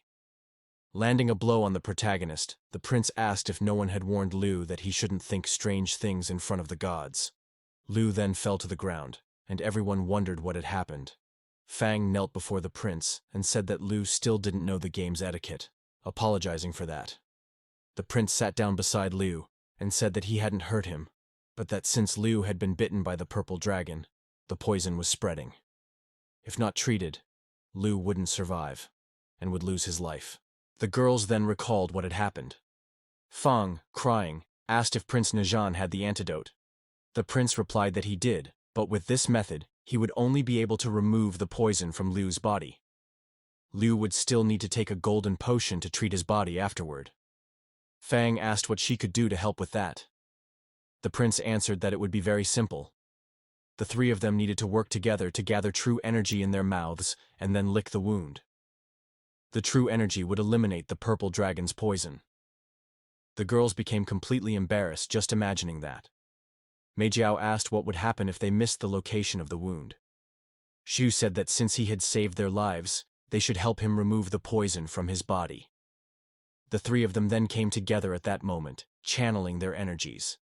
The prince looked back and said he could feel the energy of 3 ancient spirits within those girls and that they were probably their descendants. Mei Jiao asked Fang not to get jealous because she couldn't control herself very well when doing something like that. Prince Nejan scolded them, asking them to hurry. He told Fang to remove the equipment from Liu's lower body so it wouldn't get in the way of the process. But when she tried to remove it, a light suddenly emerged from the protagonist's body, and a great golden dragon came out of him. The girls saw a large gold bar and wondered why Liu would keep something like that in such a place. The prince explained that it wasn't a gold bar but one of Liu's vital points that had been worked, refined, and polished. Fang told the prince not to just stand there and to hurry up and save Liu. Then they all gathered to channel their energy over the dragon bite, and the poison began to be purified. Mei Jiao thought that the protagonist's body was truly majestic, and agreed with the prince, saying that soon he would be able to perform dual cultivation. Xu, on the other hand, said they should quickly clean the poison and not look around. Meanwhile, the protagonist regained consciousness and asked if the 4 of them could train together. The girls then hit him right on the bite, and as he fell back to the ground, they asked if he was okay. The prince said that, at the moment, it didn't matter because he would recover after drinking the golden potion. Thus, the protagonist was completely healed. The prince commented that Liu had really been lucky to meet him, and that now, Liu would be his little brother. Before the protagonist could say anything, the prince stated that he would refuse such a title and that he only wanted to help him. Then he turned and threw something to the protagonist, explaining that it would be his basic technique, the golden magic brick. With so many powerful women at his side, he would never lack bricks. Then the prince said he would leave because he needed to check another place. He opened a portal and entered. But before closing it, he threw one more item to the protagonist. He said that if anyone dared to bother him in the future, he should just show that lotus seal, encouraging the protagonist to train his cultivation well, because he would be waiting for him. Liu turned to pick up the seal and wondered how he would show it. Flying through the sky after leaving the scene, Prince Nejan thought that, during his patrol, he had found the child his mother had asked him to take care of. But, besides that, he had witnessed something very interesting and amusing. He believed that Liu had great potential. He then recalled the moment when his mother asked him to look after the child, Liu Nian. Nejan thought that now the protagonist would be protected by the lotus mark, and if anything dangerous happened to him, the mark would shield him. He then decided to continue patrolling, as a group of rats had sneaked into the small world of that game and needed to be cleared out. Meanwhile, in the Wanming Valley, inside the final boss room, some members of the Yuming Guild appeared.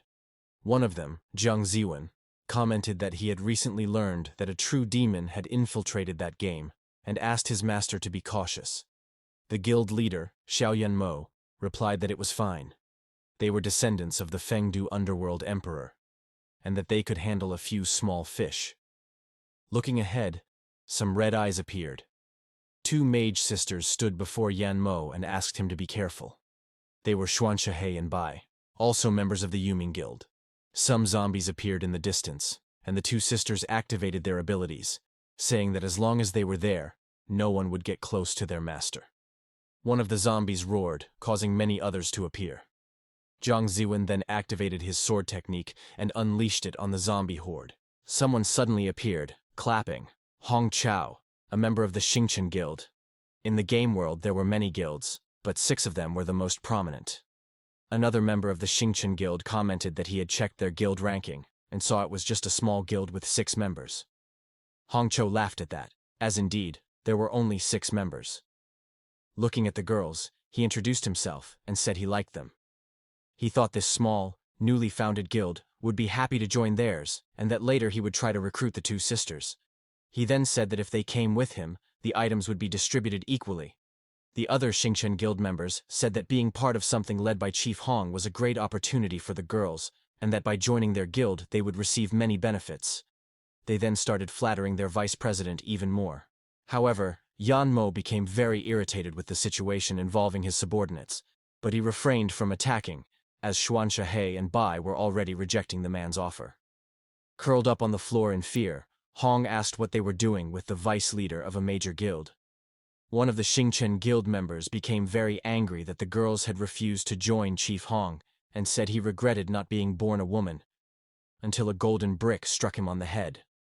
Hiding behind his subordinates, Hong asked who had dared to launch a surprise attack on someone from such a renowned guild. Yan Mo simply observed in silence until Liu appeared, smiling, and said that it seemed the technique he had just learned wasn't quite perfect yet. He added that his golden brick hadn't hit a big animal but rather a small fish. Hong asked who the protagonist was and requested that he not get involved. Preparing more bricks, Liu replied that he was someone who liked to defend justice, then launched his bricks. Turning to the members of the Yuming Guild, Liu thought that this guild ranking might not be very reliable, so he used his Fire Eyes technique to analyze them. He realized that they all possessed a special ability from the city of Fengdu. He remembered reading in the book given to him by the Lady of the Baoa Tower that people from that city had special abilities that allowed them to summon beasts and even ancient heroic spirits. For such people, raising their guild rank would only be a matter of time. Meanwhile, the Xingchen Guild members were rolling on the ground. Hong got up and told them not to be afraid, as that technique cost a lot of money, and he wanted to see how much the protagonist was willing to spend. But Fang Qie appeared and asked, "Is that really the case?" stating that she was from the Fang group. Mei Zhao said she belonged to the Tang Dynasty restaurant group, and Shui said she was from a martial arts center whose family provided unlimited funds for Liu Fang. And so, the crazy and rich group of Liu Nian's girlfriends was formed. Chief Hong and his members were shocked to hear which families they belonged to. One of them even said those families were the most prominent. Liu prepared himself and said sarcastically, "What are you going to hit this time?" Then he threw one of his golden bricks at one of Hong's subordinates, who got angry with the protagonist and asked him not to be so ignorant. Confident, Liu replied that even if he was blessed by rich families, this was the game world, and having a large guild was an advantage. The protagonist threw a brick at each of the members who appeared, causing some to respawn and Hong to fall to the ground. People around were frightened and believed Liu would face retaliation for that.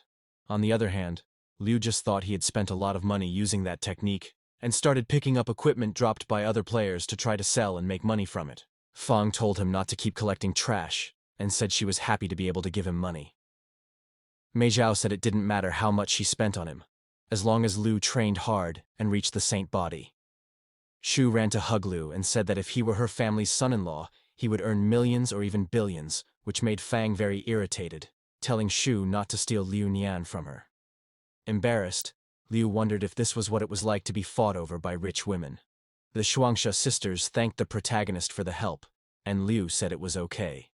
Yanmo approached, introduced herself, and also thanked him. Liu then introduced himself and said the girls were all members of his team. Yanmo started analyzing the protagonist, noticing he didn't have a profession yet, but had an immortal-level skill. Despite a complex identity, she decided Liu was someone worthy of friendship. Then, both simultaneously asked each other if they wanted to join forces to defeat the boss. They sealed the partnership with a handshake. One of Yanmo's subordinates said they would have some difficulty resisting the boss's attacks because they had no members who could withstand them. Liu replied that this was easy to solve and explained that since the dungeon allowed a maximum of 10 people per team, they just needed to recruit 2 tanks. Fang offered money to any 2 tanks interested, and immediately several candidates appeared before the protagonist. Then Hong appeared again and said he wanted to see who would dare to join them. Anyone who accepted to join Liu would be blacklisted by the guild and eliminated every time they were seen. He reminded everyone that he had the best ninja on the server, making it hard to escape him. Confident, Hong thought anyone who messed with the Xingchen guild would be eliminated at any moment. The men gave up joining Liu's team because of that. Fang still insisted on finding someone and said she would pay the amount immediately, but the men kept refusing to join the team. Hong provoked Fang, saying it wouldn't help because if they were eliminated, they wouldn't get to enjoy the money.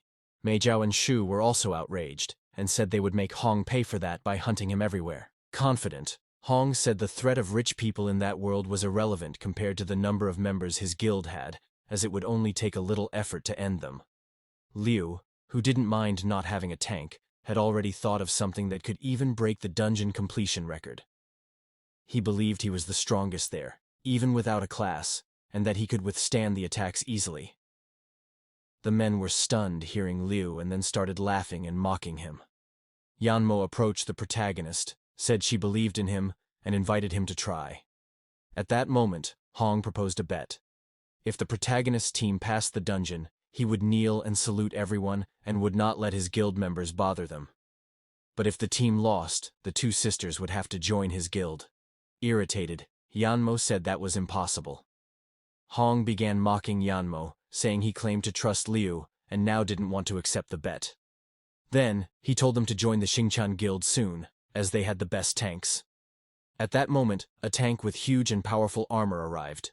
His name was Fan Wencheng, level 28, and a member of the Xingchen guild. Hong held him up as an example, saying it had been only a few days since Wencheng joined the guild and became one of the strongest tanks on the beginner team. Liu threw one of his bricks at the tank and said he was just another one among many. Wencheng activated his shield, but the brick went through his defense and hit him directly, destroying the man's equipment. Angry, Hong said he would make sure Liu wouldn't leave the safe zone unharmed. Yanmo advised Liu not to mess with Hong's guild because they had the best assassin ninja. Liu replied that he didn't like people who used their influence for evil.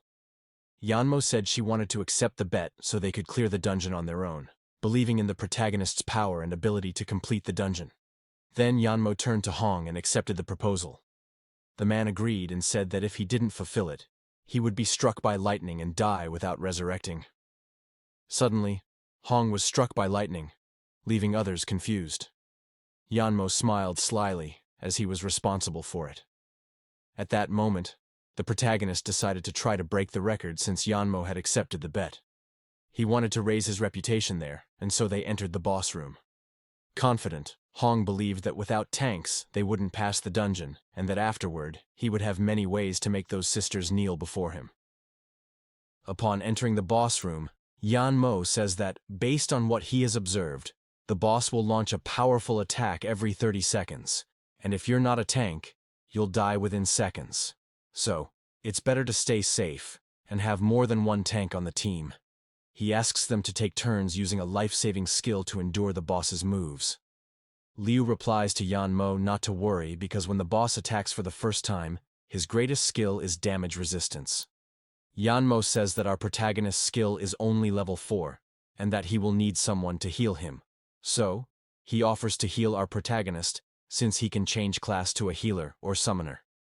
Embarrassed, Yanmo says he will be Brother Liu's healer.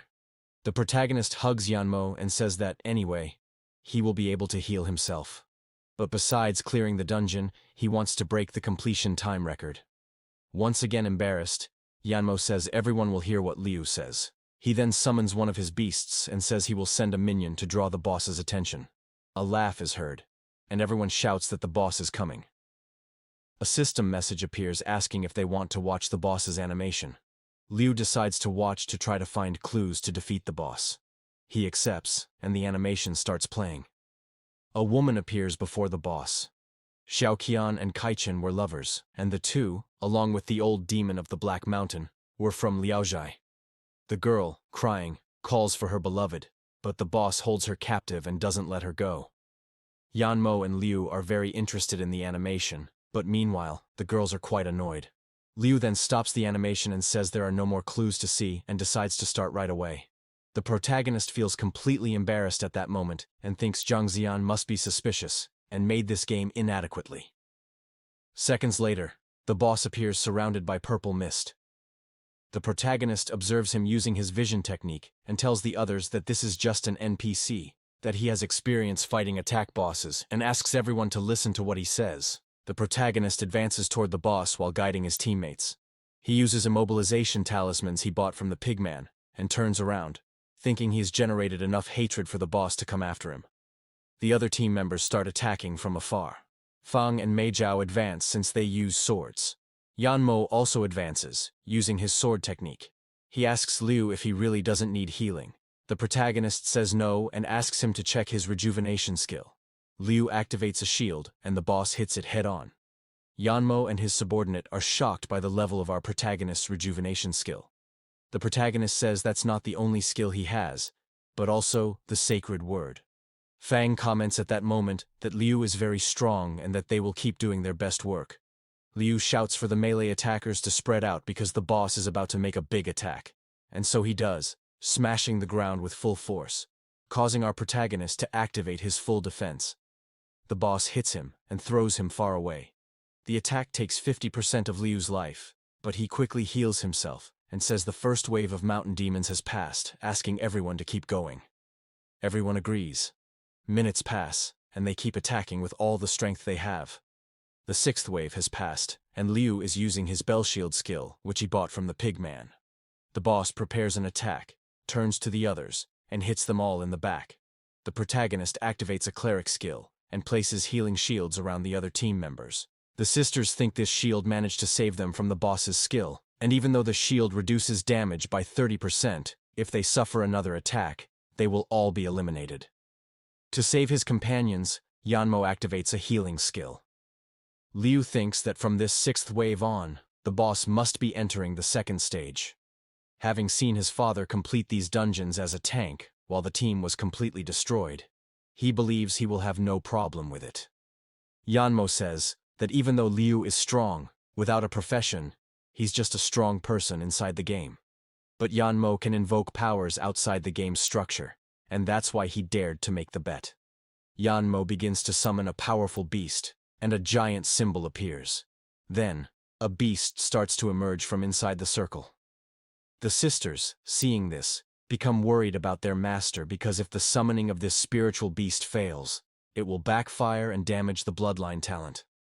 Our protagonist is both confused and surprised, wondering what is going on. A gigantic beast appeared before Yanmo. It let out a roar so powerful that everyone felt an overwhelming pressure. The Shu sisters collapsed to the ground as the pressure nearly made their hearts stop. Magi said that this was, without a doubt, the true divine beast.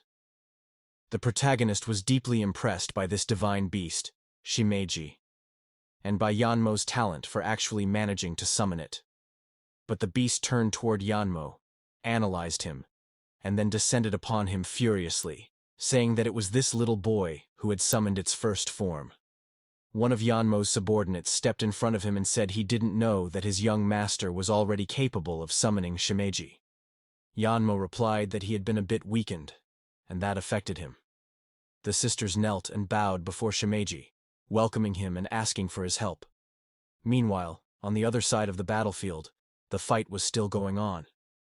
The boss was still attacking the protagonist, who kept using his bell-shaped shield and hoping his skills would come off cooldown soon.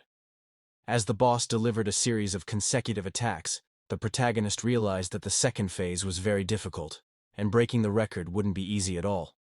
He shouted for everyone to keep going, and the girls prepared to return to battle.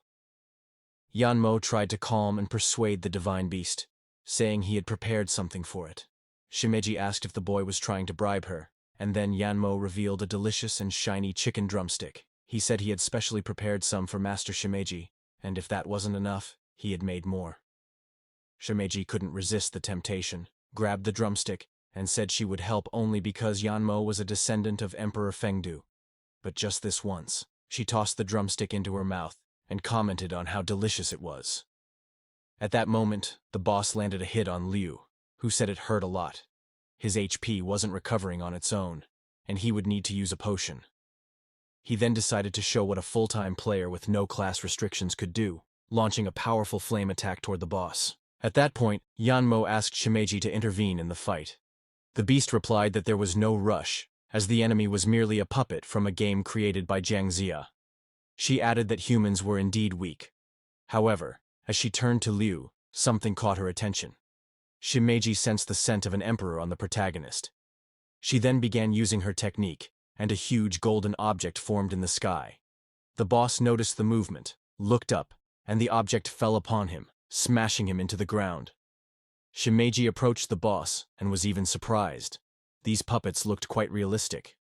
She turned to the others and said she wouldn't help eliminate the boss entirely, because if it were discovered she would be punished by the gods. She told them to take care of the remaining 10%. Liu wasted no time and told everyone to attack with everything they had. Everyone obeyed. The sisters channeled their fire and ice powers. Fang urged everyone to hurry so they could break the record, and Magi and Shu launched themselves at the boss, using all their special techniques. With attacks coming from all sides at once, the boss's HP dropped to 0. Then, a system message appeared outside the boss room, announcing that the dungeon had been cleared by Liu's team. The traitor and Chao, who were outside, were irritated by yet another victory from the protagonist. Some people nearby got excited, while others grew annoyed by the achievement, especially since they had no healer or tank and were only 8 people.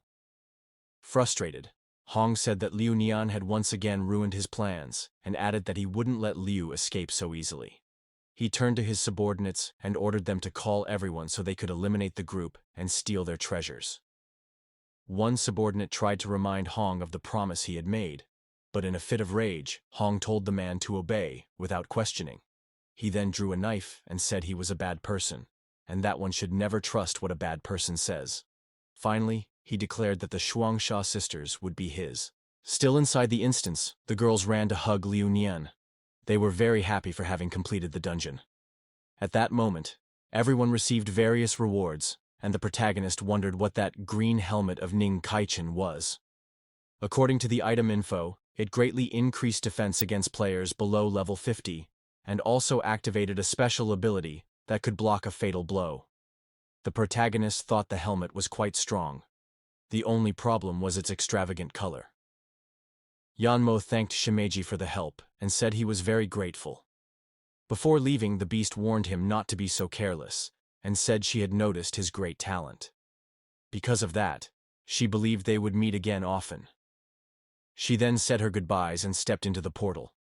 The Shuangsha sisters also bid farewell to the giant divine beast.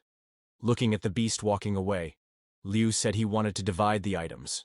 He wanted to keep the materials and the helmet and said he would pay for them.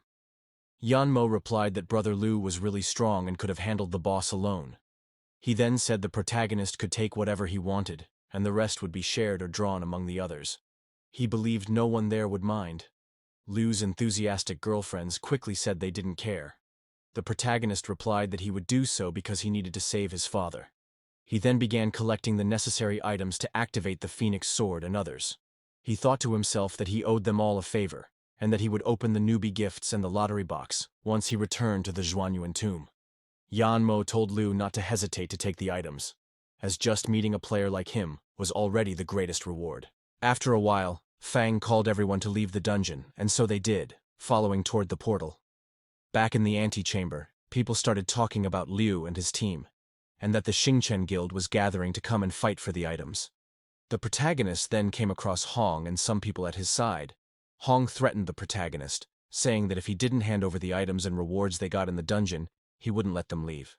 He told his subordinates that Liu's team must be tired from fighting the boss and ordered everyone to attack. Annoyed, Liu asked if they were trying to take advantage of other people's exhaustion.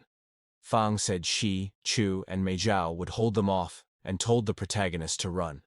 Mocking him, Hong asked if the protagonist was trying to run away and said it wouldn't be that easy. Until suddenly, a lightning bolt struck from the sky once again. Yanmo, who was behind the protagonist, watched Hong and thought that he had already placed a curse, and if Hong broke the oath, he would be eliminated. Hong was struck by another bolt of lightning, this time much stronger, which incinerated and eliminated him. His guild members tried casting ice magic to soften the lightning's powerful impact, but it was too late. Hong fell to his knees, and his body began to fade away. Watching it happen, Yanmo thought that the fire he had summoned wasn't even pure, and that if it had been his mother, she would have reduced Hong to nothing. Hong's guild members wondered if he had been permanently eliminated and decided to check his in-game status. Since he was eliminated in a no-teleport zone, his body remained there. This left them shocked, as it meant the Vice Guild Master had truly been permanently deleted. One man then said this could only be the work of true demons.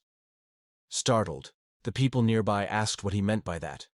The man began explaining that once, someone from his guild had disappeared at Bibo Pool, and their leader discovered the game was actually a mix of fantasy and reality. The sisters from the Xingchen Guild said that those who break their oaths will be punished and burned to death, and that Hong got exactly what he deserved.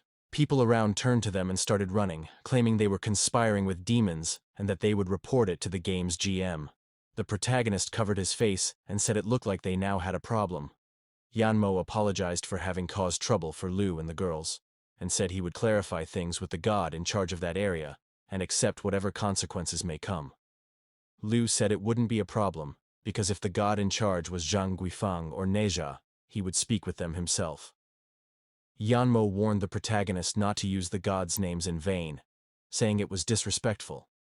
The protagonist approached him and replied that it was fine, since he knew them, but asked that this not be revealed to anyone. One of the sisters commented that, even if Liu was powerful, there was no way he could know the gods. Chu got irritated and said that just because the other sister had bigger breasts, it didn't mean she had to be so arrogant and speak that way about Liu Nian. Sarcastically, the woman replied, "Yes, they are bigger," and asked if she was jealous. Mei Zhao then asked if they were about to have a breast battle, and so the four melons gathered for an unusual contest. One of the sisters stares at Fang and says that a mere mortal like her couldn't possibly know Prince Neja. Fang, mocking, asks if she's jealous because her master never met the prince. The other sister replies that Fang speaks without knowing, since her master is a descendant of Emperor Fengdu. So how wouldn't he know the prince? Fang makes a face at them and asks why they don't keep talking. One of the sisters, irritated, says Fang is too reckless and moves toward her, but Mei Zhao steps in front and says she'll handle the defense. And so, a chaotic clash of various balls begins on the spot. Yanmo shouts that none of this matters and tells the sisters to fall back. A system message appears, warning that the administrator of that area is arriving. A light shines from the sky, and someone descends. The figure hits the ground at full speed, cracking it upon impact. The newcomer is General Rangsasa. She states that several people have reported someone communing with demons and that, if it's true, she will expel everyone from the area. Yanmo kneels and tries to explain that Liu had nothing to do with it, and asks her to let him and the girls go. Smiling, Rangsasa gives Yanmo a poor thing, and says he's too handsome and well-groomed to be involved with demons. But then she approaches the protagonist, and based on her experience, points at Liu and says he is the real culprit. After analyzing everyone, she concludes that the protagonist doesn't have the aura of a descendant of a god, which made him seem suspicious. Fang, outraged by the accusation, charges angrily toward the goddess. Shu and Mei Zhao try to stop her from doing something foolish. Yanmo explains that they're all friends and asks the goddess to let them go, promising to reward her in the future. One of the sisters comments that the master is very kind to Liu Nian, while the other asks her not to say such things in front of the goddess. Irritated, Rangsasa says Yanmo is a foolish young man, and that she only accepted the explanation out of respect for Emperor Fengdu. She then asks if he's offering something in exchange for Liu's freedom, and at that moment, a powerful aura surrounds her, causing everyone to feel the pressure of her immense power. Liu then asks her to stop, and says there's a way to resolve everything. The goddess tells him to show her. He whispers that he won't reveal the proof there, and invites her to a more private location. Yanmo, seeing the protagonist leaving with the goddess, thinks he has a plan to attack her, so he asks the sisters to watch them from a distance. They agree, already curious about what Liu would do. Sometime later, in a more remote area, Liu turns to Rangsasa and says he'll prove he has no connection to demons. He then shows the lotus seal given to him by Prince Neja. The goddess is startled upon seeing the seal. The two sisters, hiding in a nearby bush, think Liu wouldn't dare attack a goddess. But then they witness a questionable scene. Seeing it, they wonder what the two are doing and, irritated, believe Liu is not a good person. They decide to warn their master to stay away from him. At that moment, the goddess inspects the seal more closely and confirms that it's not fake, and that Liu is indeed one of Prince Neja's protected ones. The sisters, traumatized by what they saw, think that if they keep watching, they'll be corrupted. Sometime later, Yanmo sees Liu and the goddess returning from the forest. He shouts, asking if Liu is all right. The goddess replies that it was all a misunderstanding, that everything has been resolved, and that she'll report the death as a bug, not related to demons. The protagonist smiles, relieved that everything was cleared up so quickly. The goddess then says goodbye, and mentions that she will continue patrolling other nearby areas. Liu picks up Fang, who was unconscious on the ground. She wakes up and asks where Goddess Rangsasa is. Liu says he has already resolved everything and that she's gone. At that moment, Chun runs over to hug him and says she's so happy she wants to kiss him. Mei Zhao, watching Liu, thinks that he really does have the lotus seal and that it's very useful. Since her family is weaker, she believes she should be the one to marry Liu, and silently apologizes to Fang. The sisters just shrug and say that the protagonist is a great charlatan. Yanmo says goodbye, saying they need to take care of some things and will go on ahead. Liu waves goodbye and invites Yanmo to meet again in another dungeon. Looking back, Yanmo nods and says he'll show up again. Gongbao appeared seated on his throne, surrounded by his consorts. One of them picked up a grape to offer to Gongbao, but before she could do so, a voice echoed through the hall, warning that something was wrong. It was one of Gongbao's soldiers, reporting that Princess Wansheng had been eliminated. Without showing any reaction, Gongbao asked why he was so panicked, since she was just a pawn. Then, he questioned, "Was it Guifang who did this?" The guard explained that Guifang and Tianxiang had entered into conflict, and the princess had taken advantage of the situation to enter the dungeon. However, unexpectedly, Prince Neja had appeared. Therefore, The blame lay with Prince Neja himself. Reflecting on the information, Gongbao thought that the connection with the demon world was still unstable. That was why they could only send a few demons to deal with humans. In his thoughts, he remembered that the gods were still waiting for the return of the human emperor. If he could find him and then steal his essence, Gongbao would be able to establish a stable connection with the underworld, and thus fulfill his plans. He stood up and said he needed to handle some things personally. Before leaving, he intended to relieve some pressure, something he said while eyeing one of his consorts. Meanwhile, elsewhere, Mei Zhao was inviting the protagonist to do dual cultivation with her in a nearby cave. Shun also invited him and said she was a cool loli, assuring that the effect of the cultivation would be doubled. The two began fighting over the protagonist, who stood there without knowing how to react. But then Fang appeared to put an end to the chaos, saying that she was already his wife and wouldn't let anyone take him from her. She leaned on the protagonist and asked if he wanted to go to the apartment with her so she could help him relax that night. Mei Zhao and Shun also offered themselves for that task, but the protagonist seized the opportunity to escape. He said he had a few things to take care of, and when he returned, he would go to Fang's apartment. He also asked them to call him if they needed anything. The three of them burst into tears as they watched the protagonist walk away, leaving them behind. A few minutes later, in a quieter part of the forest, Liu thought it would be best to return to the tomb and forge the phoenix sword, now that he had obtained the necessary items. Upon arriving, he shouted to announce his return and asked if anything was still missing. One of his consorts welcomed him and congratulated him on acquiring the required materials. Liu asked what that was behind them, and she replied that it was a furnace where he could forge the phoenix sword. However, it wasn't complete yet and might explode, so she asked him to wait a little longer until it was ready. Liu thanked his consorts for their hard work and said he would open some gift packs he hadn't opened yet, and so he did. He opened a level 20 jade pack, and a system message appeared, stating that a legendary reward had been obtained: the Star Tower. This tower absorbs demonic cores, brings them back to life, and seals them inside. The two cores the protagonist possessed were instantly sucked into the tower. He then remembered that these were the cores of the Hydra demon Zhu Tuchong and Princess Wansheng. Upon examining the item more closely, he discovered that it granted him the ability to use the power of the demon core currently sealed inside it, which made him very excited. He then decided to enter the tower to see what it was like inside, as he had heard it was beautiful, similar to the towers the gods lived in. He was instantly teleported into the artifact. Upon arriving, he found himself before a massive tower. He took the time to admire every detail, and was enchanted by everything. But something caught his attention: two silhouettes chained to pillars right in front of him. As he looked more closely, the protagonist was shocked to recognize one of the figures. It was Princess Wansheng. The protagonist decides to approach the two, since that was his territory and they couldn't harm him there. Suddenly, the assistant hands the protagonist a punishment item, an artifact that causes the punished demon to lose a piece of its soul with every hit. With this new object, the protagonist thinks it would be very useful to have a regeneration ability like the one the Hydra demon used. Then, he approaches Zhu Tuchong. The two demons are startled to see the emperor himself before them. Liu, with a threatening gaze, says that if Zhu Tuchong tries anything, even though he is very useful, he will eliminate him. The two demons, outraged, ask what the emperor is trying to do and demand to be released immediately.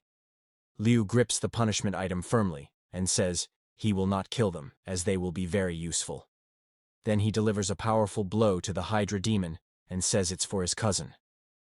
The demon feels pieces of his soul being torn away and calls the protagonist a cruel bastard. Liu sarcastically replies that it was the system that gave him the item and there's nothing he can do about it. The princess, seeing her beloved being attacked, becomes furious and launches an attack at Liu, who blocks it with a simple snap of his fingers. He tells her to save her energy because this is his territory, and he makes the rules here. Liu then demands that they bow before him and become his minions. That way, they will no longer be punished. But the two demons refuse to accept being subjugated by a human. The protagonist approaches Zhu Tuchong once more and says that if he wants to die, it won't be now. Suddenly, he starts punishing Wansheng. She screams at her beloved, saying that if this continues, she won't last much longer. Desperate, Zhu Chong begs the protagonist to punish only him. Seeing the interaction between the two, the protagonist gets an idea.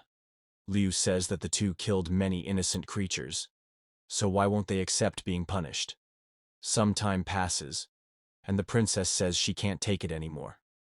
Liu then removes her from the pillar, holds the princess before the Hydra demon, and asks if it felt good when their subordinates did horrible things to innocent people at the Bibo pond.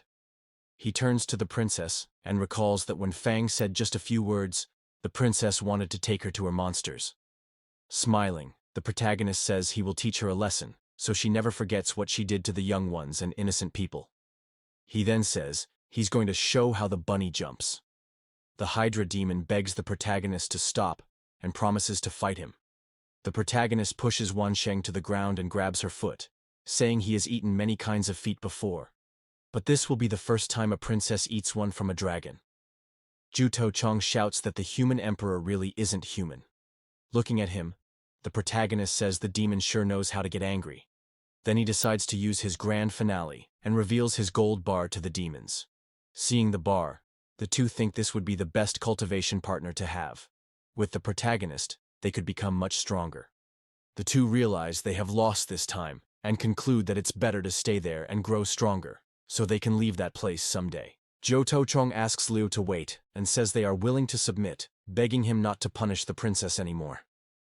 The protagonist is thrilled, as everything went according to plan. He removes the demon's chains, who bow and thank the emperor for his forgiveness.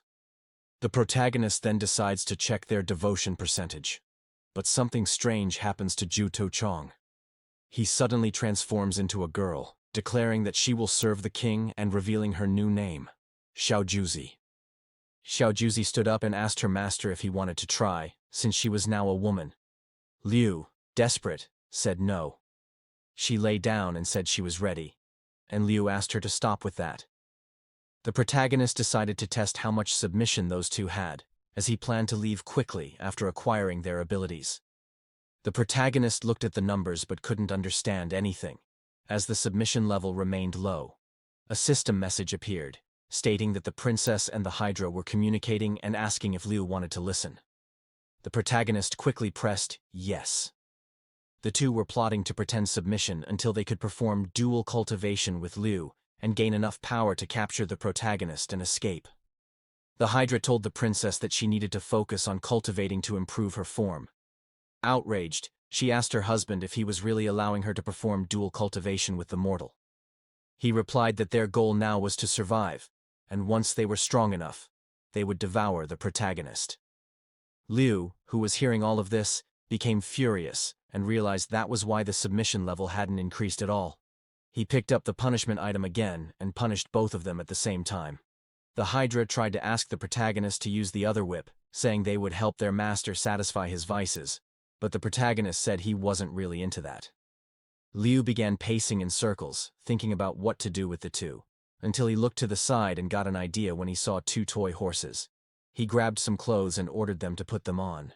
Looking at the outfit, the princess said it was too small and very embarrassing.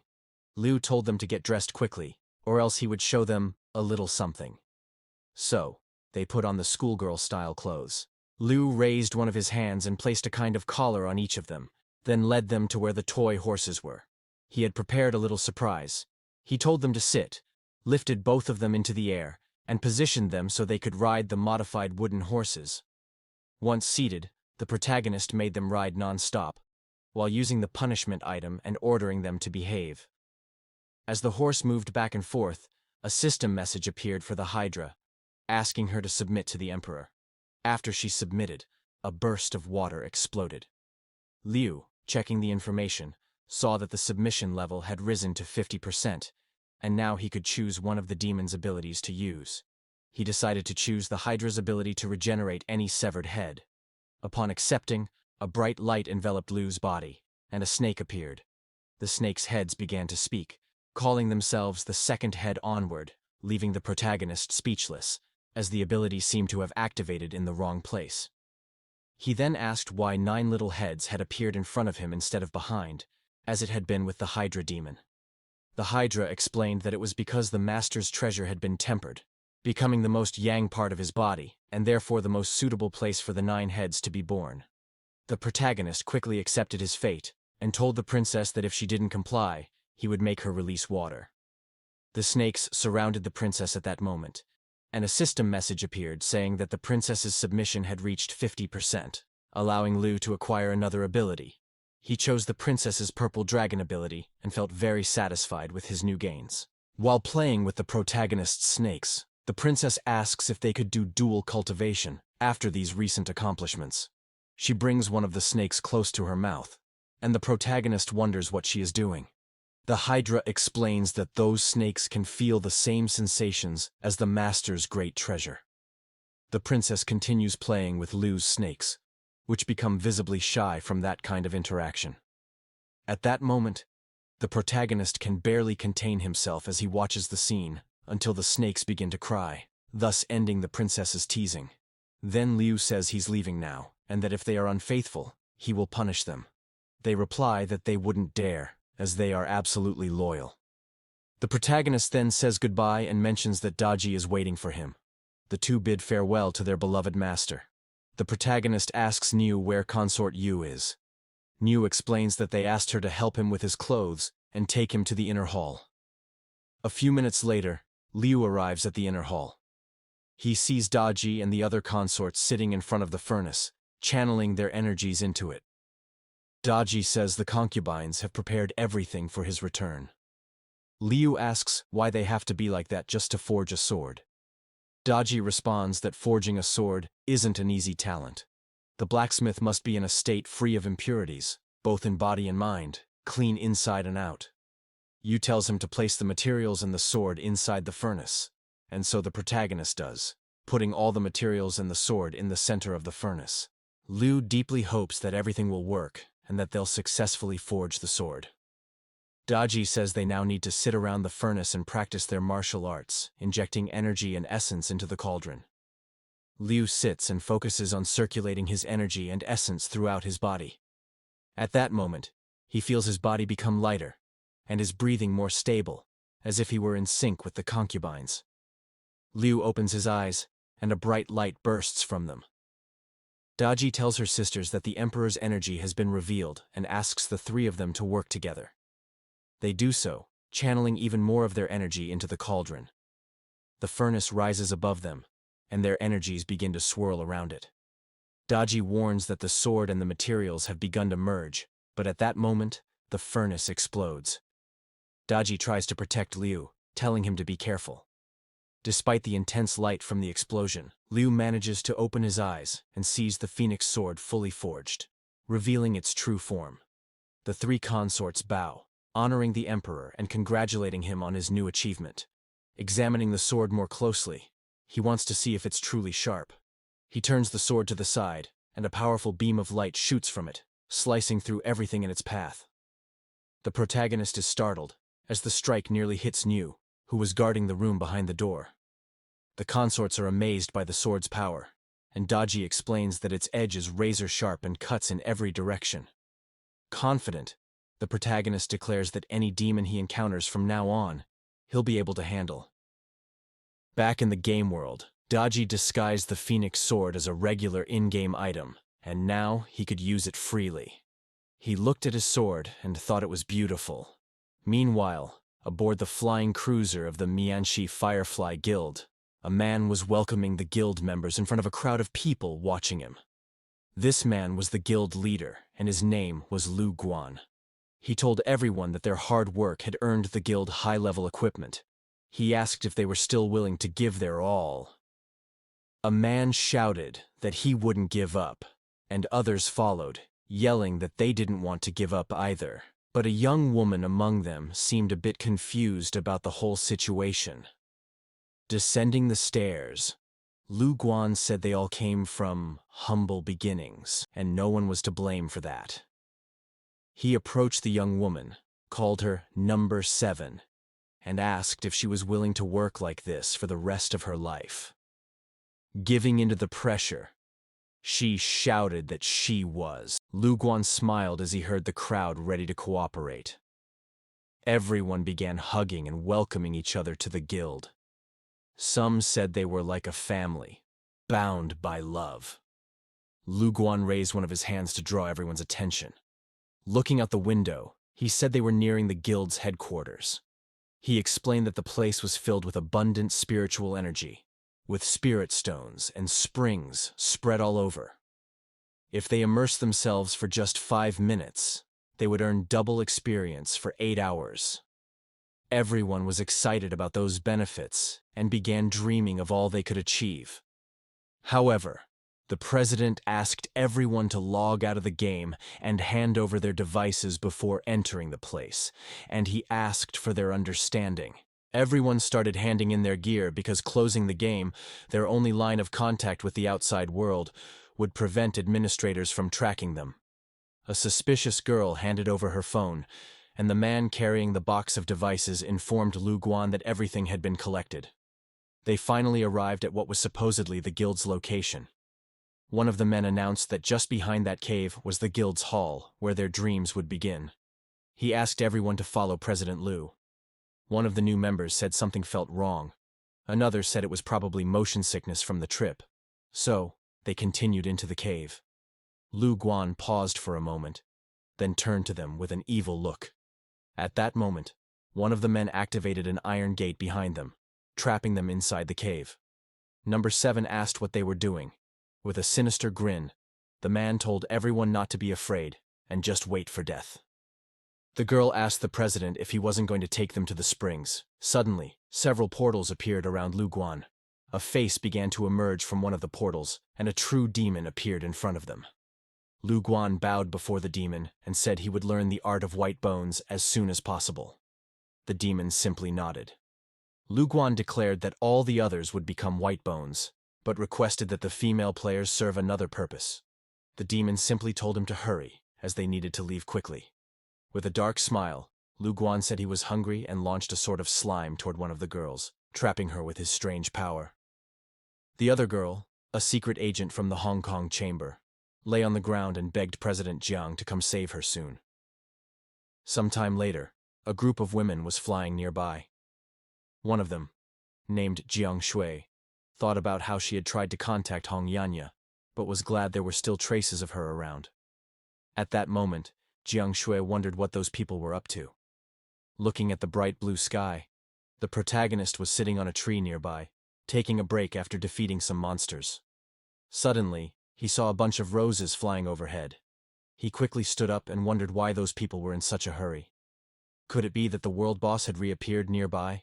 Everyone there began calling out for someone to save them as the demon approached. One of the men tried to get close to Hong Yanya, but she struck him hard in the lower parts. Lu Guan, who hadn't even begun what he planned to do, asked what was going on. He threw slime in Yanya's direction, and as she tried to defend herself, she said he would be punished for being a dishonest person. Surrounded by several men, she called Lu Guan a bastard. Suddenly, the men were hit by ice attacks. Jiang Shui had arrived at the scene. Crying, Yanya called out for the president. Lu Guan asked the demon for help to get rid of them, and the demon agreed, calling them a pile of trash. He raised one of his hands, and several spikes emerged from the ground, attacking them directly. The president, unshaken, held one of her followers while staring down the enemies. Seeing that some had not yet fallen, Lu Guan told the others to help finish them off. Shui shouted, asking if he had truly conspired with a demon to harm his own guild members. Smiling, Lu Guan replied that as long as the profit was high, he'd sell even his parents' house. He rushed toward her and launched a powerful water slash attack, but Shui stood firm and activated her ice ability. Crystals of ice began to cover Lu Guan's body. Shui seized the moment and struck a final blow on her opponent. Wounded, Lu Guan admitted he hadn't expected her to be so strong. She approached him with her sword and declared that she had already alerted the authorities about Mianxi Guild's activities, demanding he release the hostages immediately. The demon, excited by her strength, said she was now worthy of his attention. He held something in his hand, which transformed into a large weapon. Lu Guan, clinging to the demon's legs, begged him to finish off the woman quickly. But suddenly, Lu Guan lost his head, literally. The guild members, shocked, shouted that the demon had attacked the president and told everyone to run. The demon coldly stated that, Now that they had been discovered, everyone there was useless, and he struck them all at once. One of the women warned Shui to be careful, as the demon was extremely powerful. Without thinking, Shui rushed toward the demon and landed a powerful blow that shattered him. But as expected, the demon reassembled himself and returned to his original form. He counterattacked and ordered Shui to be obedient and surrender herself as his food. Bravely, she tried to defend herself from the demon's attacks, but he was too strong. She wondered how she would be able to save everyone in that moment. Then, a red lightning bolt flashed through the room, cutting the demon in half. Zhui was shocked by the scene. As the demon tried to reassemble himself, the one responsible for the insane strike appeared. It was our beloved protagonist, who, as always, showed up at just the right time. Shu asked, "Who are you?" while looking at the protagonist. He introduced himself, saying that in the world of the gods, demons were forbidden. Shui replied that this wasn't the time for jokes, because if he died here, it would be for real. One of her disciples commented that Liu didn't know his true place. At that moment, the protagonist activated his vision ability and realized that the enemy really was a true demon. But as he looked at Hong, he wondered why she also had a demonic aura. The demon advanced toward the protagonist, claiming he had invaded the territory of the Lady of White Bone. Liu told Zhui to get the wounded out of there, so they wouldn't interfere with his attack speed. He got into position and thought that once everyone was out, he could freely use the demon abilities he gained from the tower. He then unleashed the Phoenix Sword attack on the demon rushing at him with full force. The blow managed to break some of the demon's bones, and the demon admitted the protagonist was truly strong. However, he quickly recovered and said that as long as he had enough magic power, he would regenerate endlessly. Shu reminded the protagonist that she had warned him. This was a real demon, and she didn't think Liu could defeat him. But Liu became intrigued by the demon's infinite regeneration, and, launching a flurry of attacks, said he wanted to see if the regeneration was faster than his strikes. He began chaining together combos that left everyone speechless. Even the girls were stunned, amazed by the strength and relentlessness of the attacks. The demon, smiling, confirmed that he could indeed regenerate infinitely, but then realized something was wrong. He was seeing Liu upside down. At that moment, he noticed that his head was no longer where it should be. Liu couldn't help but laugh, saying the demon looked even more ridiculous than his 9 brothers. Trying to recover, the demon muttered that the constant attacks seemed to have caused a small bug in his regeneration. Liu chose to keep going. As he resumed his attacks, the demon attempted to bribe him with the technique of the Lady of White Bone, but Liu refused, saying he wasn't interested. The demon insisted, claiming it was a rare opportunity, and that Liu shouldn't waste it. But Liu kicked apart his remaining bones and finished him off. From a distance, Shui stared at Liu. She suddenly remembered something. Liu Nian was a solo player who had broken the speed record in the Valley of 1,000 Underworlds. She had never imagined he'd have such extraordinary power against demons. She began to consider recruiting him to her guild. Those around were greatly relieved to see that the demon had been defeated. The girl in white was excited too, saying that if Liu were her boyfriend, life would be so much fun. Hong approached Shui and thanked her, saying she had saved them. The protagonist, glancing sideways, thought again about the strange aura surrounding Hong. He could smell a demon, but couldn't quite see what she really was.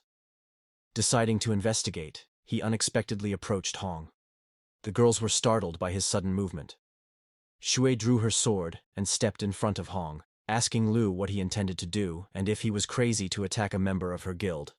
Hong hugged Shui, crying, and begged for help, saying she had just escaped danger and was now being targeted by a lunatic. She pointed at Liu and claimed he wasn't a good person, that before all this, he had tried to kidnap her, but she managed to escape, and now he was angry and wanted to kill her. All the girls in Zhue's guild were furious upon hearing that, even saying that there were no good men left in the world. Zhou, at that moment, wondered if Liu had really done it. Even though Hong was her closest relative, she felt like something wasn't right. The girls surrounded Liu, shouting for everyone to protect Vice President Hong Yan. The protagonist smiled and said, "The truth is that you're a demon, and if you want to spread lies about me, I'll show you what it means to be a true wolf." Shui hugged Hong, who was still crying, and told Liu she would look into the situation calmly. But for now, she asked him to leave, since he had saved everyone. Shu's disciples didn't want to let the protagonist go so easily and demanded he pay for the crime he supposedly committed. At that moment, Hong stared at the protagonist with glowing red eyes and a wicked smile forming on her face. Su hugs Hong and asks Liu to leave quickly. Meanwhile, someone was watching them. A man named Xiaogu appears, saying they had insulted his goddess Hong and that he would not allow it. However, deep down, he had simply waited for Liu to deal with the demon so he could show up afterward and try to win over a girl. Shui, staring at him, says that she already told Liu to leave, and so he will. She then turns to the protagonist and urges him to go. Liu responds that she doesn't recognize people's good intentions, and then begins to leave the cave alone.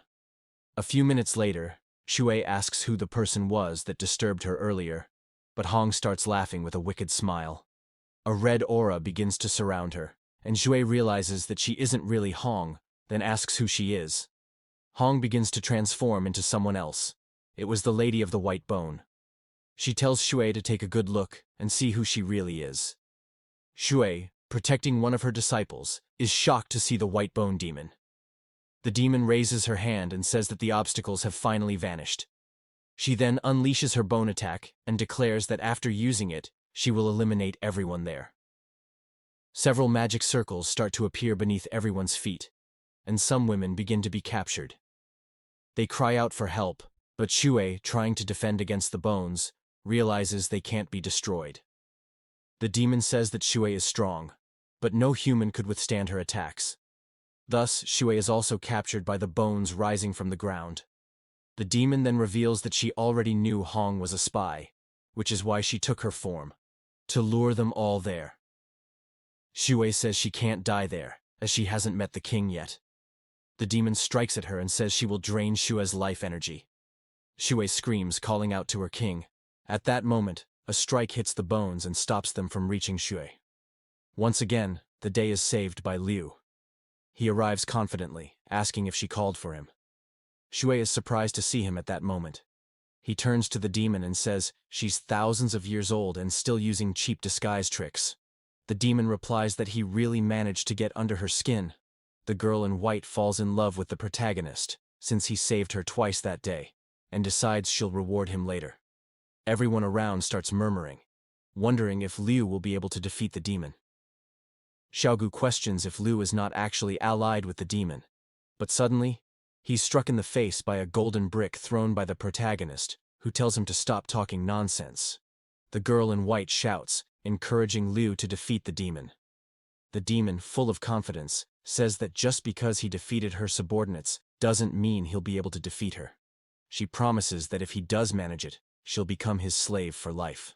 The protagonist tells her to come and accept defeat, as he's already excited to take her demonic pill. The demon then attacks, saying that today she'll make Liu reincarnate once more, and throws 2 flaming skulls at him. She declares that even if a god were present, he wouldn't be able to stop the attack of the white bone spirit, and that this would be the end of the protagonist.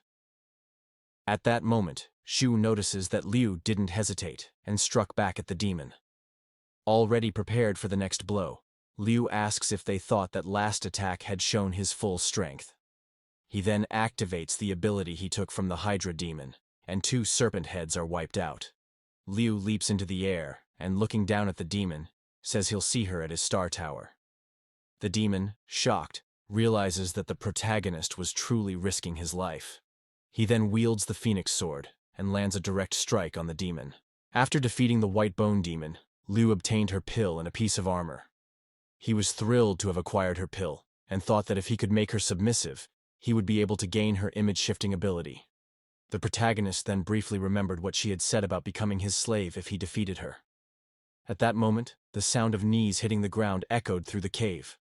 The girl in white asked Liu to accept her as his bed-warming servant, but the other girls also began to compete for the protagonist's attention. One of them said he was so strong he seemed like a god and decided she had to win him over. Shui watched from a distance, amazed that a mere human had managed to defeat such a powerful demon. Liu, confident, said they were all exaggerating. After all, defeating evil was the duty of a man from the Xia dynasty.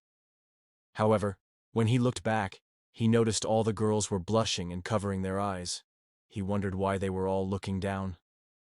Liu's snakes were sad because heads 8 and 9 had died, and one of them said Liu needed to practice dual cultivation to restore his energy and bring them back. Startled and deeply embarrassed, Liu quickly hid his snakes. Embarrassed, he thought he had already put them away, but they had come out on their own.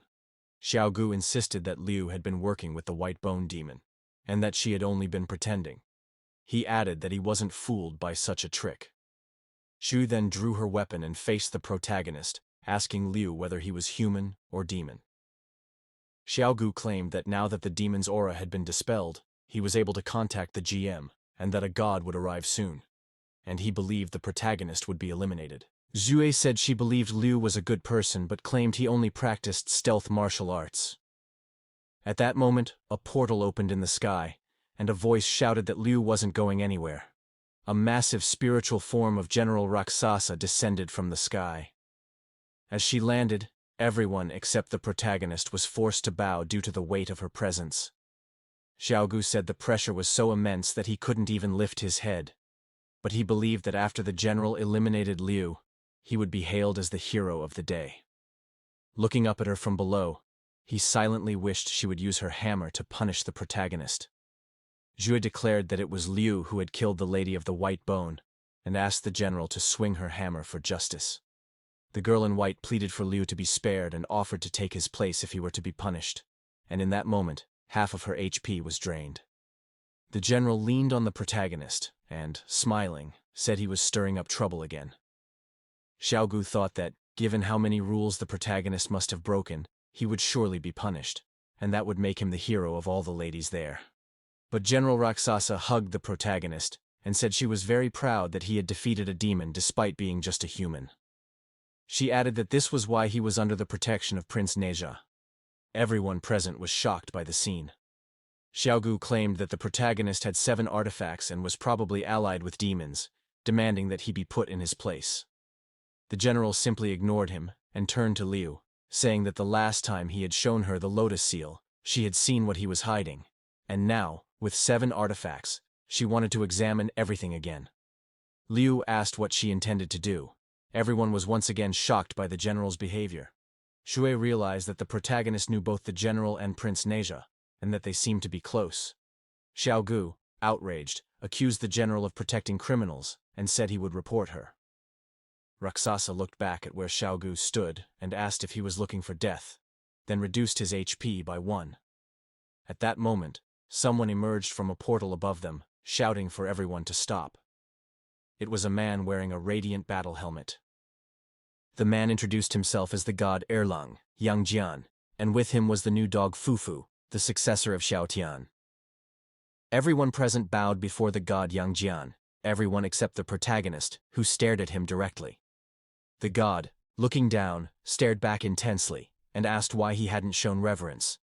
Liu replied that one day he would be in a position above Yangjian, shocking everyone with such bold words. Rakshasa, upon hearing this, said that Liu must be crazy. Xue thought the sentence sounded completely natural coming from him. Xiaogu taunted the protagonist, telling him to keep being arrogant. At that moment, Fufu came charging down angrily toward Liu. The general and Xue tried to intervene, saying that Liu had defeated a demon and begged the god for forgiveness, but Fufu leapt onto the protagonist, leaving both women disheartened that their pleas had been in vain. Xiaogu urged Fufu to devour the protagonist, but everyone was confused for a moment. Fufu was actually licking and playing with Liu. Xiaogu was speechless. Hugging the dog, the protagonist said he hadn't expected Xiaotian's successor to be nothing like the fierce beast from the stories. Fufu then explained that the original Xiaotian had fallen in love with a female dog, and his master banished him to the mortal world. Fufu was now the second-generation Xiaotian. Xue picked him up and said the corgi was very cute.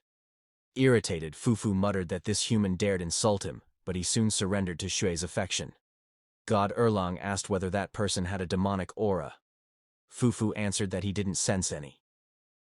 The protagonist then composed himself and realized that Fufu had been checking his aura all along. General Rakshasa asked to speak to God Erlang. She explained that Prince Neja had told her this boy possessed extraordinary talent, and that after entering this world, he absorbed energy and produced 9 treasures. So, it all made sense. The god said he understood, but since the general had harmed a human, she would be punished. Rakshasa accepted the punishment without protest. God Erlang then turned to Xiaogu and said he had heard everything he had been plotting, slandering Liu and the general, and therefore decided to drain Xiaogu's energy so he would have to train from scratch, from level 26 back to 1. Xiaogu cried out that 2 months of effort had been wasted. The god then called for the dog Xiao Tian, and Fufu quickly returned. Before fully entering the portal, the god told everyone to behave and walk the righteous path, because if he discovered anyone allied with a demon, they would be severely punished. Looking at the protagonist, he silently thought that he would be waiting for him up above, and Liu smiled, accepting the invitation. But something caught the protagonist's attention at that moment. All the girls wanted to approach him, asking if he wanted to practice cultivation that night. The girl in white said that even with 2 hands, she could only serve 5 people, and then began crying, wondering what she should do. Rakshasa commented that it seemed she had accidentally revealed a big secret today, and because of that, Liu Nian would soon be in trouble. Meanwhile, somewhere else in the game, someone was fighting a bear using a game console. He celebrated, having finally defeated the bear spirit after a long struggle. He then threw the console into the air and shouted, "I, Sun Wukong, just want to find a peaceful place to play games, but it turns out God Erlang chased me even here," he continued, warning the god not to blame him if he sends him west. This was the Monkey King, Sun Wukong, on the run. Back in the cave where the protagonist was, the girl in white approached him, thinking that no matter what he wanted, she would satisfy him. She touched him gently and said her name was Bao Mei, offering to give Liu a facial treatment. The other girls also ran toward Liu, saying they wanted to train with him. Before leaving, Rakshasa told Liu not to overexert himself, and wondered why the god Erlang had come to that world. She believed she'd be punished, quite literally in the rear, and then decided to leave. Shui coughed to draw attention. Seeing the protagonist surrounded by the other girls, she remarked that the path of dual cultivation was dishonorable, even if it wasn't forbidden. Liu corrected her, saying that was wrong, and added that the psychologist Freud once said the practice of this kind of cultivation was the origin of humanity. The girls around him became even more enamored with his intelligence, but he pointed a finger at Shuo and asked if she still had any objections.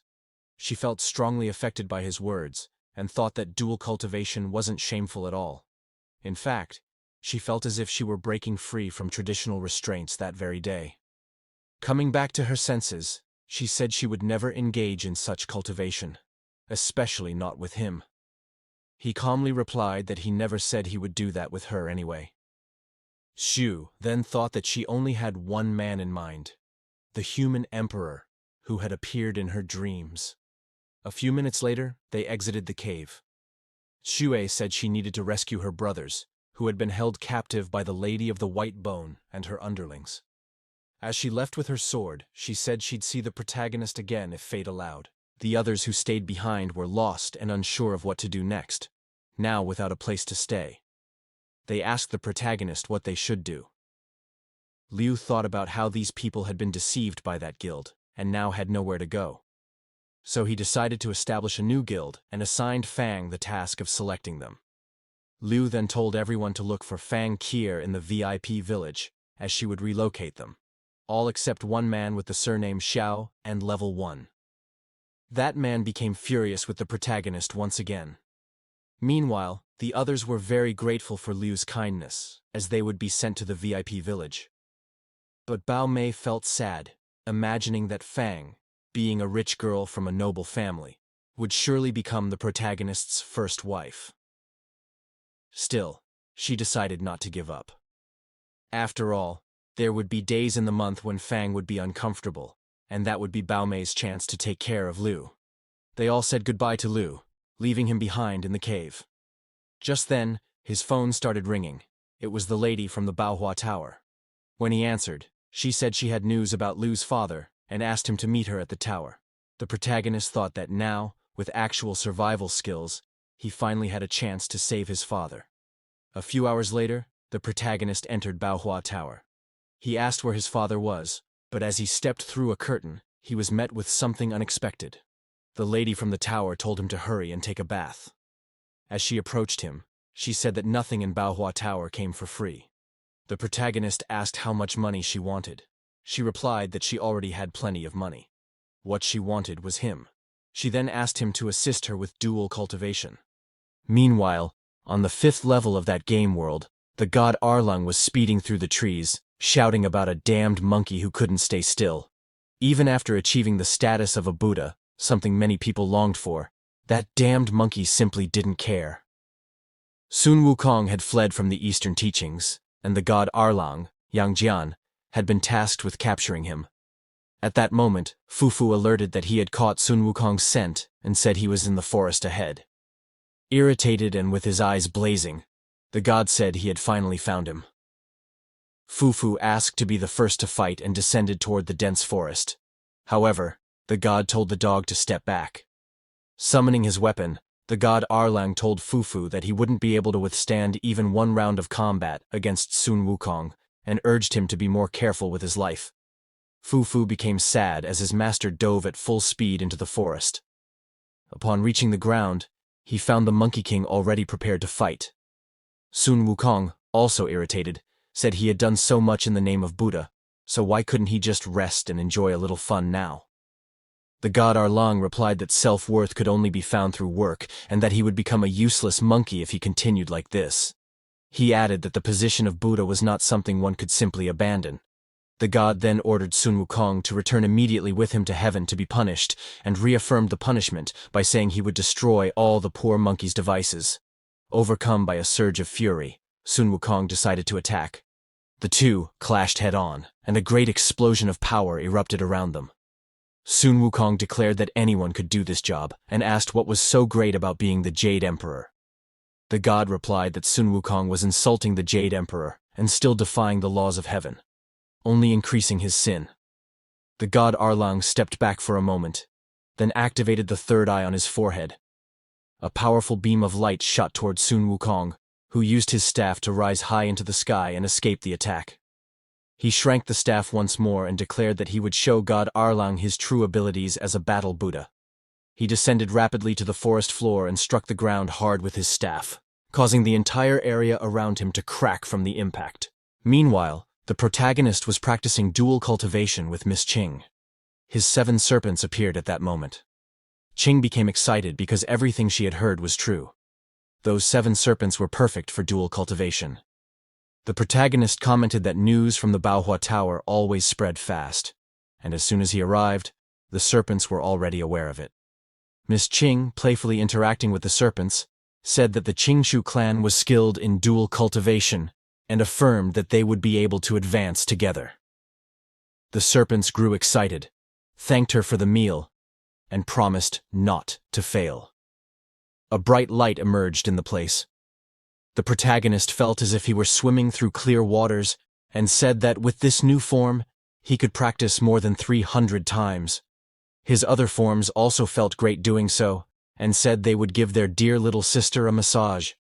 They took turns pleasing Miss Qing until they sensed that something great was about to happen. Qing then said their level was about to rise. Looking at her hand, she confirmed that they had successfully leveled up. She added that this small advancement equated to 400 years, and declared that she couldn't let this opportunity pass. She concluded by saying that if she didn't get tired today, she wouldn't be a fox anymore. At that moment, serpents 8 and 9 reappeared, making the other serpents very happy. And once again, a strong light took over the place as they continued practicing cultivation. But on the other side of the wall, the pigman stood still, crying as he begged Liu to go more slowly with Miss Qing during the practice. A few hours later, Qing appeared and said they had practiced more than 50 times, and it seemed they had reached the limit of the cultivation level they could attain. The protagonist, exhausted, simply asked if she would now tell him where his father was. She replied that for Liu's sake, she would reveal it. She continued, saying that his father was imprisoned in a cave full of spider webs. The pigman outside, upon hearing that, wondered if that was where his mother lived. The pigman remembers that his grandfather was the commander Tianping. However, the ancestors of the Zhubaji family had no children, so his grandfather was appointed and inherited the position of Commander Deity Tianping to continue leading the Celestial River. Since the wife of Zhu Baji's ancestor was from the Spider Clan, their great Lao Zhu family had to marry into the Spider Clan for several generations. As a result, his mother belonged to that clan. Desperate, he remembers that his father died in battle, and his mother has lived alone in that cave for hundreds of years. He wonders if she captured the protagonist's father to turn him into a stepfather, and if that happens, he would become Liu Nian's older brother.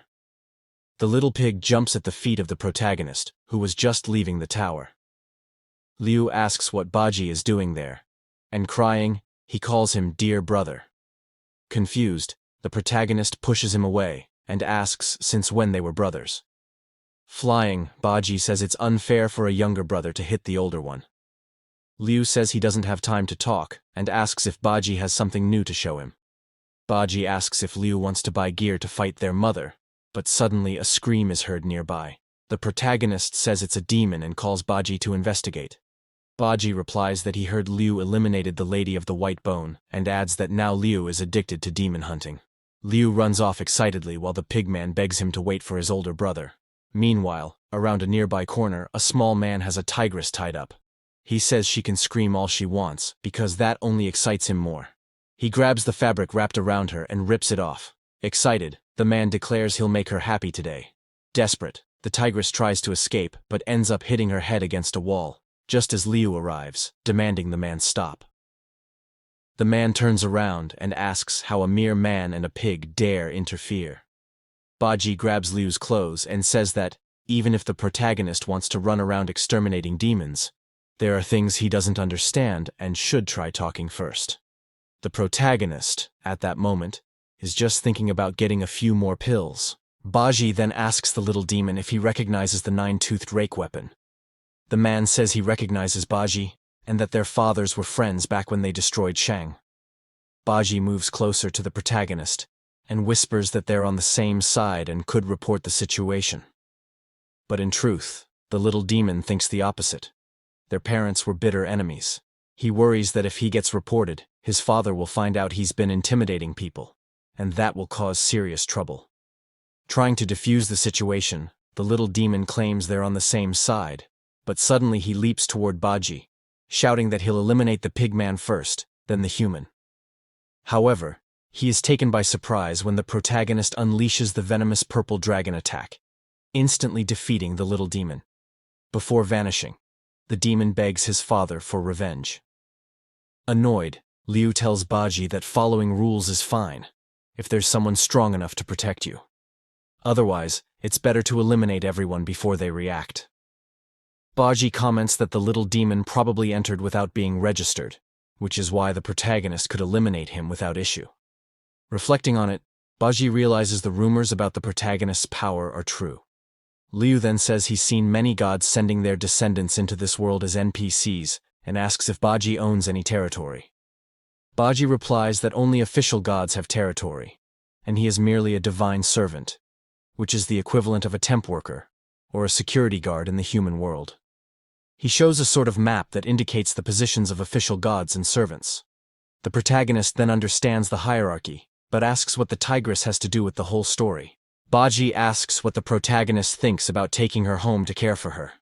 But as the pigman places the tigress on his shoulders, a silhouette appears, saying that Baji acted wrongly because of Liu, and even considered bringing a street woman home. Desperate, Baji shouts that it must be his mother. It is his spider mother. Facing them both, she demands to know how they dare. Liu tries to explain that it's not what she's thinking. They were only helping. Baji tries to say that Liu eliminated the Lady of the White Bone and wouldn't do anything bad to anyone. Baji's mother grabs his ear and says the spiderweb cave was taken by Gongbao, and she came after Baji to take care of him. She says that if she hadn't come back, he'd be even worse off. What she says catches the protagonist's attention. Staring at him, the Spider-Woman asks if he's the bearer of the supreme body for dual cultivation. She heard that cultivating with him can immediately raise one's level, and that feeding on snake milk can prolong life. She also remembers seeing a seductive fox flaunting herself online who had just advanced a level, and wonders if he was involved in that too. But the protagonist is completely lost in thought. If the spiderweb cave was taken by Gongbao, that means his father is in serious danger. Liu thinks he has to go to the cave no matter what. Meanwhile, the Spider-Woman thinks she must capture the protagonist, and Baji reflects that Liu's father may not have been captured by his mother. But still, he has a bad feeling. The Spider-Woman asks Baji to take the tiger girl away first, as she has some matters to discuss with Liu Nian. Baji tries to refuse, saying he wants to go with her as well, but she glares at him and says he hasn't been listening to his mother for a long time, and there are many things she needs to resolve with him. The pigman simply says he understands, and that he'll take the girl to get healed. He picks up the tigress and runs off quickly. Now alone with Liu, she asks if they can go somewhere quieter, as she has something important to talk about. The protagonist asks if it's about Baji, and adds that he also has something to say about the spiderweb cave. The two of them begin walking through the city. The protagonist wonders why his body is getting goosebumps, and why so many players are staring at him on the street. The Spider-Woman shows Liu her phone, and says it's because he's become famous for dual cultivation, and now everyone wants to practice with him. Seeing that information on the phone, the protagonist thinks that, if this keeps up, he's going to get killed sooner or later. At that moment, his phone starts ringing. It's Fang, asking what he's been doing these past few days, since he said he would come visit her at her apartment. Mei Jiao appears, saying she misses him a lot, and then shows off her new yoga pose, asking Liu if she's doing it right.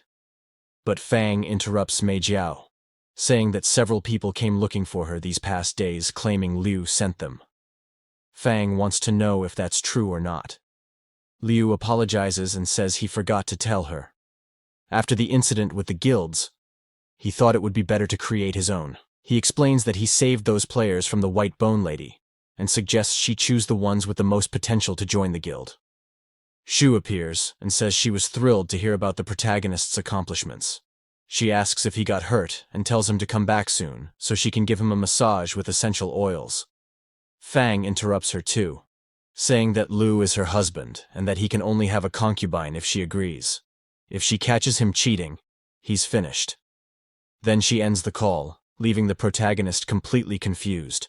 The Spider-Woman then says that Baji turned out the way he did because of Liu's bad behavior with women. Embarrassed, he replies that Baji's issues have nothing to do with him. But staring at the protagonist, she thinks to herself that if his girlfriend calls again later, things might get even more interesting. A while later, they arrive at the place the Spider-Woman had chosen, but the protagonist finds it suspicious. While looking at the screen showing room promotions, Liu tries to ask if they can go somewhere else to talk. But she insists that only that place will do, and tells him not to think weird thoughts. She just wants a quiet place to talk. She takes his hand and leads him inside. At the front desk, she asks for a romantic aquatic room. The receptionist hands her the room card, and the staff start whispering about the protagonist entering with an older woman, commenting they'd heard rumors about a guy who's famous for dual cultivation going around. Still in the hallway, the protagonist thinks he needs to get back to the Star Tower soon to obtain his transformation ability. They enter the room, and the Spider-Woman locks the door behind them. Liu, looking around nervously, becomes increasingly uneasy. The Spider-Woman says that he led Baji down the wrong path and asks what they should do now. Liu tries once again to explain that it's not his fault. He also says he just remembered something he needs to do, and that he's going to leave first. But the Spider-Woman replies that it's not that easy to leave. The protagonist, growing more uncomfortable, asks her not to force him to escape by force. She wraps him in her web and asks if he wants to hurt her, because she doesn't want to do that to him. She adds that he's already being dishonest about what he really wants to do. The protagonist only says it was a spontaneous reaction. The Spider-Woman laments that his girlfriend called earlier, otherwise they could have had a little fun now. She then moistens her lips and kisses our dear hunter protagonist. Throwing the protagonist backward along with his clothes, Liu becomes frightened by the situation. The spider, seeing the protagonist's golden treasure, remarks that he was truly born with the gift of dual cultivation, 1 in a million in the world. The protagonist complains that the air conditioner is too cold and asks her to return his clothes, but the spider replies that she can see Liu's body holds a lot of energy, and, like a furnace, she's going to ignite it today. Liu tries to stop her from approaching, saying that Baji is his only friend around and he couldn't do this to him. But the spider insists, saying Liu will cultivate with her, because that way he'll actually be helping Baji to grow. The protagonist stammers and pleads with her not to come any closer. With a tearful look, the spider asks if Liu wants his best friend to be left without a mother. She then offers a tug-of-war match with the protagonist. She throws out a web that wraps around the two of them and says, "There will be a flag in the middle of the spider web." She continues, saying that this way, they can test whether her fixation force or his pulling force is stronger. Then she adds that if he wins, she'll let him go immediately. Confident, the protagonist says that, with the help of Daji and the others who refined his body, he believes he'll win easily. He decides to accept the challenge to get out of there, and the spider agrees.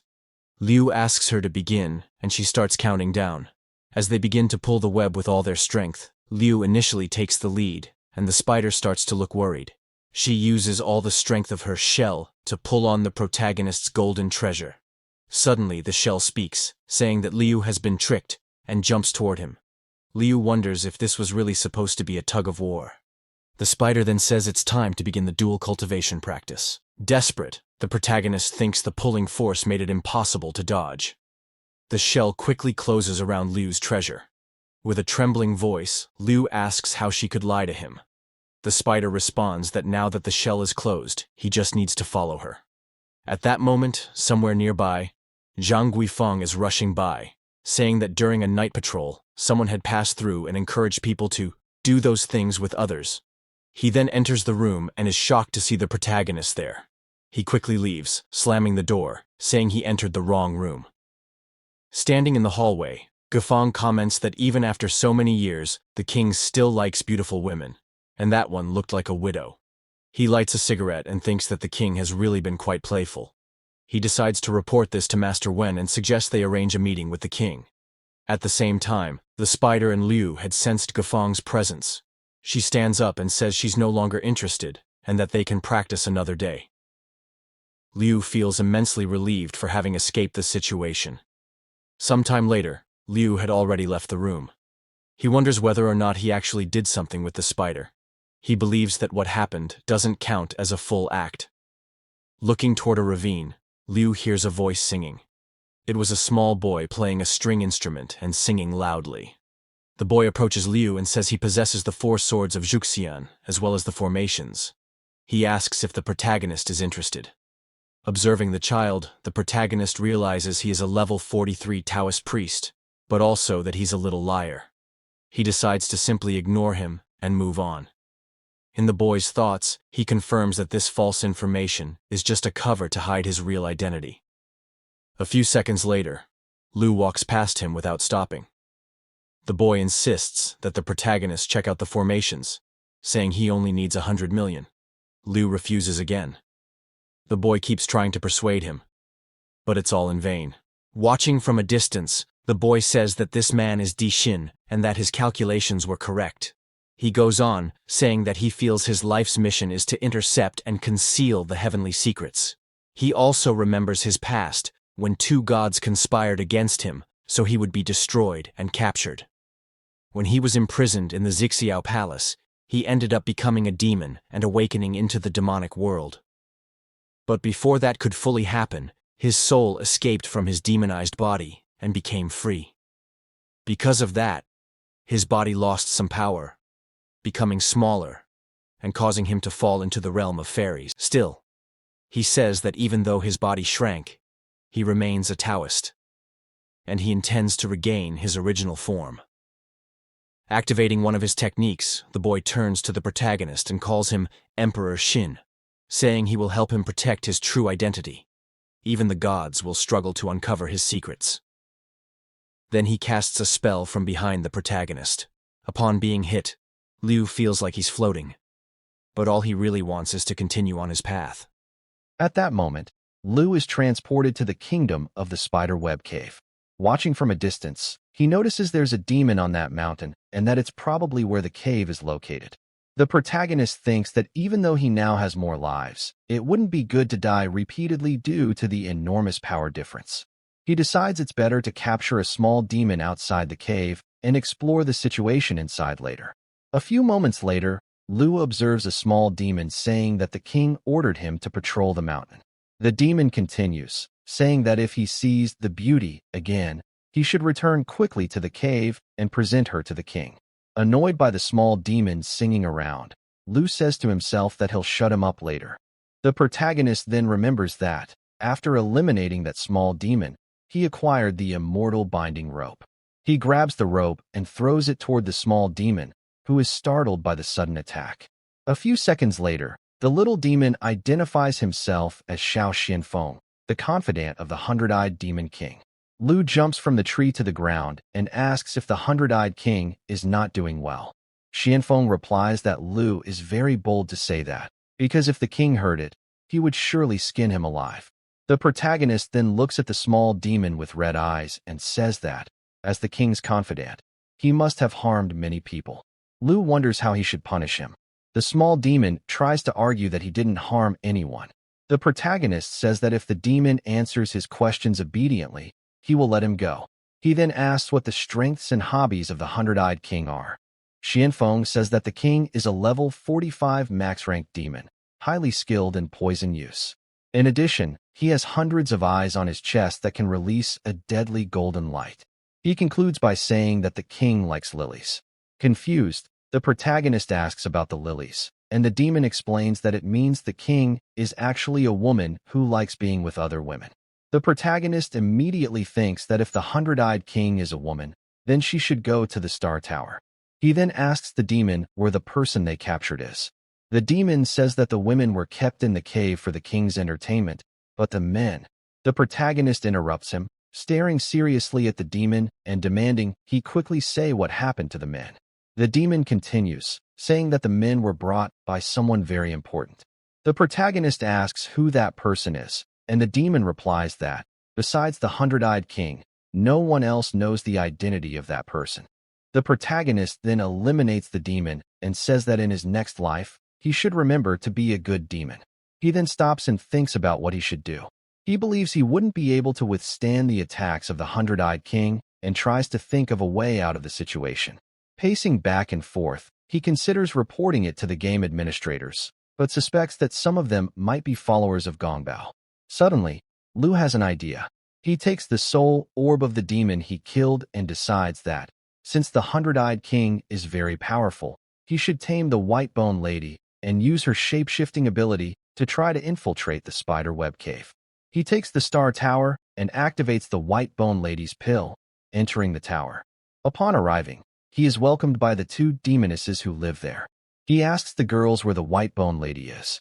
The Hydra demoness points in a direction and says she's tied up right over there. The white bone lady is staring fiercely at the protagonist. Liu approaches her and asks for the pit of 1,000 worms to be opened, and a large pit opens right below where the demoness was. Liu then says that if she submits to him, he will free her from being tormented by the 1,000 worms. The white bone lady replies that if he thinks she'll bow to a mere human, she'd rather die. The protagonist then tells her to go ahead and cuts the rope that was holding her. The demoness falls into the pit of worms. Confident, Liu says that if she changes her mind, she can call for him, and he will save her. But the demoness is actually very comfortable, sitting in the pit of worms, which leaves the protagonist speechless. Frustrated, Liu kicks the wall until his foot hurts. The two demonesses ask why Liu gave her a gift. Irritated, looking back, the protagonist wonders what he should do now. The protagonist says he is very irritated at that moment, as the new accessory is ineffective against the white bone demon. Smiling, the demon says she has practiced Taoism for many years and has never experienced such a feeling. She asks the protagonist why he doesn't join in too. She's so happy that she even starts to hum. Liu quickly pulls her out of the pit, sits her in a chair, and ties her arms. He wonders what he should do, since not only did the item have no effect, but the white bone demon actually enjoyed the worms. The demon princess approaches and comments that he's been working too hard lately. She says she asked her servant to help him by giving him a massage. The Hydra demon, sitting on a bench, calls Liu to lie down with his head in her lap, saying she'll give him a head massage. The white bone demon laughs and says that a mere mortal still expects her to surrender. Irritated, the protagonist says he'll just leave her alone for a while. Liu then lies on the Hydra demon's lap. She asks the protagonist when he'll start favoring them, since all the residents of the Star Tower are women. Feeling comfortable, the protagonist replies that he'll talk about the benefits later. For now, he just wants to enjoy the massage, which is really good. The princess asks the protagonist if she can massage his other head, and begins to tease him with her feet. The protagonist's head responds that it feels amazing. The massage is so incredible that the protagonist ends up evolving his internal spirit. The princess asks if he's satisfied now. The protagonist asks what stage she's at, and she replies that she's still at the Great Demon stage. The protagonist thinks that the reason he managed to evolve his internal defenses was thanks to Xiao Jiuzi, but he still can't break the psychological barrier he has regarding her. He believes this evolution will help him in the battle against the Hundred-Eyed King. Liu then turns to the princess and says he wants to help her increase her strength, and clarifies that he has no other intentions. The princess asks if he's talking about dual cultivation. She says she has longed for this day for a while and begs him to come quickly. Liu suggests they go somewhere more isolated to practice. He says this while looking at the Hydra demon. They respond that there's no need to run away. They have extraordinary hearing and sight, so leaving wouldn't help much. They'd see everything anyway. Liu then says he'll practice right there. The princess asks him to be gentle. A few minutes pass. The protagonist says he'll do some exercises first and then continue, aiming to reach the peak today.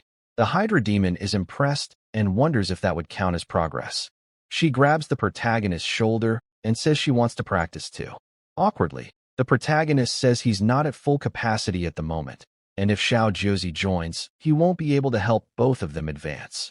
But the Hydra still keeps pulling him while he considers whether he should help her increase her strength. He reflects that, even though she is now completely a woman, he still can't overcome his mental barriers about her. At that moment, he notices a puddle of water on the floor and wonders where it came from. Suddenly, a tsunami forms in front of him. Shocked, the protagonist tries to figure out what's going on.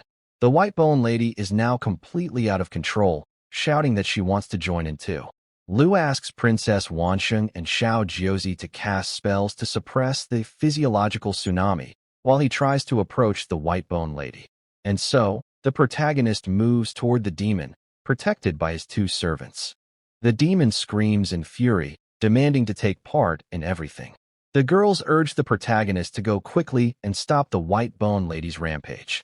Looking at the out-of-control demon, the protagonist says that if she resists, she will have a chance to ascend. He approaches her body and says he knows that demons with strong desires like her can be tamed using his dual cultivation technique. But he also says that if she willingly surrenders, he will fight bravely to help her ascend. Then he asks if she can calm down, and kisses her, making the demon regain control and return to herself. The demon asks if he expects her to surrender with just a kiss. The protagonist asks if she is truly willing to submit to him. She approaches and says he'll receive some benefits if she does surrender, like he. One of the protagonist's snakes suddenly comes out, saying it couldn't hold back anymore. The demon says he can extract the snake aura ability and use his own chi to condense those treasures. Looking at the protagonist, she asks if he expects her to give in on the very first time. She gets closer and asks if he's not actually interested in her transformation ability. Seeing the look on his face, she smiles and says it seems she guessed right. She then says it would be a great choice, as it would help protect the protagonist's innate spiritual treasure. But at that moment, Xiao Zuji steps in front of the protagonist and tells the demoness that she cannot speak like that to the master. She asks Princess Wansheng to slap the demoness in the mouth. The princess simply agrees, adjusting her sleeve. Trying to calm the situation, the protagonist asks them to relax and let him handle it. He then turns to the white-bone demon and asks what her conditions are. She says that, first of all, she wants him to help her reach the realm of the Demon King. Then, from now on, they'll need to practice dual cultivation 100 times a week. Shocked, the protagonist asks if she's trying to kill him, while Xiao Zuji says that would only happen in his dreams. The protagonist tries to offer 10 times a week instead, but the demon refuses that offer. He says that if he can't get her ability, he'll find another way. He explains that just recently he managed to greatly improve his defenses, and that fighting the Hundred-Eyed King won't be as difficult now. The demon is impressed upon seeing his status and wonders how he could have such a defense level, comparable to a demon king's. The protagonist continues, saying that she only has 8 transformations, while the heavens have 36, and the earthly evil has 72, meaning anyone could surpass her in that regard. He approaches her again and says she's a smart woman and knows that, with the connections he built in his past life, he could easily acquire that ability elsewhere. He finishes by saying that if she doesn't accept today, she won't be able to change his mind tomorrow. Desperate as she watches him walk away, she agrees to the proposal of 10 times a week, but she has one condition. She wants to be the leader of the place. The protagonist replies that this is impossible for the owner of a harem, but as a concubine, he might consider it. The demoness agrees and asks if he will start practicing with her today. The protagonist asks the tower to block the vision and hearing of the princess and the Hydra. The system message appears, saying yes, but warns that the king must unlock more features in the future. It also states that once the king captures the 5th monster, the attic gate will open, and each monster will have their own room. The higher the room level, the faster the cultivation rate. Xiao Zuji arrives crying, saying she hates all of this but still wants a high-quality room. The protagonist, irritated, says he's not joking around. This is serious, for the sake of his cultivation. A golden cage forms around Princess Wanxing and Xiao Zuji. The white bone demon waits for the protagonist, calling him to practice dual cultivation with her. The protagonist's golden treasure immediately shows up, saying hello, and enters the dark tunnel. The demoness yells that they're about to advance, and asks him to pour the ancient liquid onto her body. Collecting it with her hands, she says that every drop must be used well. And so, she ascends to the Demon King level. Overjoyed, the white bone demon says that the protagonist is a natural-born saint in the world of dual cultivation, and that practicing with him is the same as cultivating for 100 years. Smiling, the protagonist says that now it's time for her to pass on the transformation ability to him, and so she does. The protagonist acquires a new skill, but upon analyzing it, he realizes he can now transform into various strange insects and larvae. Looking at this, the protagonist wonders if he's been tricked. Meanwhile, the white bone demon rests comfortably on a bench behind him. The protagonist then decides to go in search of the 100-eyed demon king. At that moment, inside the spider web cave, the 100-eyed king was looking at his cell phone. He came across a post on some website where a man was selling a dual cultivation potion made by his grandson, Liu Nian, claiming that anyone who used it would have a longer life. The insect queen said she wasn't interested in dual cultivation, then stood up and asked her subordinate to bring the prisoner forward. The prisoner was Shu. The queen approached and said that this girl was quite attractive. Stammering, Shu asked what the demon queen wanted. Meanwhile, our protagonist, transformed into a mosquito, entered the room and realized that it was Shu who was there. He thought he only wanted to investigate the cave, but hadn't imagined he would have to rescue her. The demon queen told Shu to become her wife, promising she would gain magical powers faster than with that Liu Nian's dual cultivation. The protagonist, still flying around as a mosquito, thought it was too late, but tried to find a weak point. Then he saw a flower in front of him and decided to fly toward it. He began biting the flower and doing all sorts of things to it. The demon queen shoved Shu away at that moment and said that her flower was suddenly very itchy. Shu asked if the demon queen might have some kind of disease and begged Liu to save her from that critical moment. The queen questioned whether she could really be sick, since it was itching so much. She turned to one of her subordinates and asked her to quickly call her cousin, Lady Spider. The protagonist took advantage of that moment to fly away quickly. One of the demon queen's lackeys approached the spider cousin and told her that the queen was calling for her to diagnose a sudden itch. The little spider said her cousin was a good person, but she was now playing with fire. The protagonist was observing the spider and realized she was a small lady spider of level 36. Liu, who was up in a tree, launched a powerful attack on the spider and the small demon accompanying her. The spider turned and asked who he was, looking at the protagonist, who was still atop the tree. The protagonist jumped down and landed a blow on the spider, introducing himself as the badass Liu Nian, and said that a new demon core was guaranteed. However, he ended up receiving only a green belt and turned around angrily, asking where the new core was. Suddenly, he received a message from the system saying that he had obtained the core from the little lady spider. Liu felt relieved and said he had been scared thinking that such a beautiful demon wouldn't have a core. Using his transformation technique, the protagonist decided to transform into the spider but realized something was missing in his appearance to make it more perfect. After making some adjustments, he declared it perfect. A few minutes later, the protagonist arrived at the spider web cave and was announced as the little lady spider. He noticed a silhouette hanging at the cave entrance. Seeing a woman there, the protagonist promised that the hundred-eyed demon lord would pay for what had been done. The demon queen saw her supposed cousin and ran toward her in desperation. She hugged the protagonist and said she was happy her cousin had finally arrived. However, the protagonist got a little too excited with the close contact, and his golden treasure ended up getting out of control. The demon queen asked if her cousin was hiding something there. Trying to cover it up, the protagonist said he was carrying a demon-detonating grenade and asked if the queen wanted to see it. She replied that she could check it out later, but first, she wanted to talk about the reason she had called her cousin, a rather embarrassing matter. The demon queen turned to her subordinates and said she wanted to speak in private with her cousin. The protagonist asked what she needed, but in his thoughts, he was just thinking that he would offer a beautiful and large incense stick after helping her with her condition, until he was startled by what was in front of him.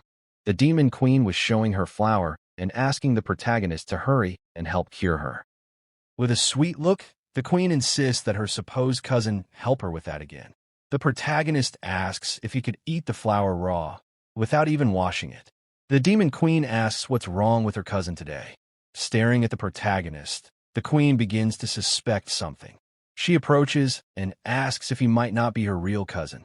Trying to get out of the situation, the protagonist says his stomach isn't feeling very well. The queen takes the protagonist's hand and tells him to accompany her for a bath. A few minutes later, inside the bathhouse, covered in foam, the demon asks her cousin if she doesn't look like a fizzy bath bomb. At that moment, the protagonist thinks he can't take it anymore. He tries to turn around, but the demon queen hugs him, asking if her cousin doesn't love her anymore, since she never acted like that before. The queen then asks why her cousin's grenade got bigger. The protagonist replies that it must have expanded from being in the water. The demon asks if that wouldn't be dangerous and says she'll throw it away, but the protagonist runs out of there at that moment. Embarrassed, Liu responds that it's all right, but that the grenade's protection is activated. The queen runs toward her cousin, hugs her, and says she missed her very much. Suddenly, the protagonist's magical treasure activates and releases a direct shot at the demon, who gets startled upon seeing what appeared on her cousin.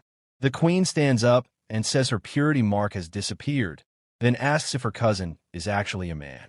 The demon queen is extremely angry because all her cultivation had been ruined.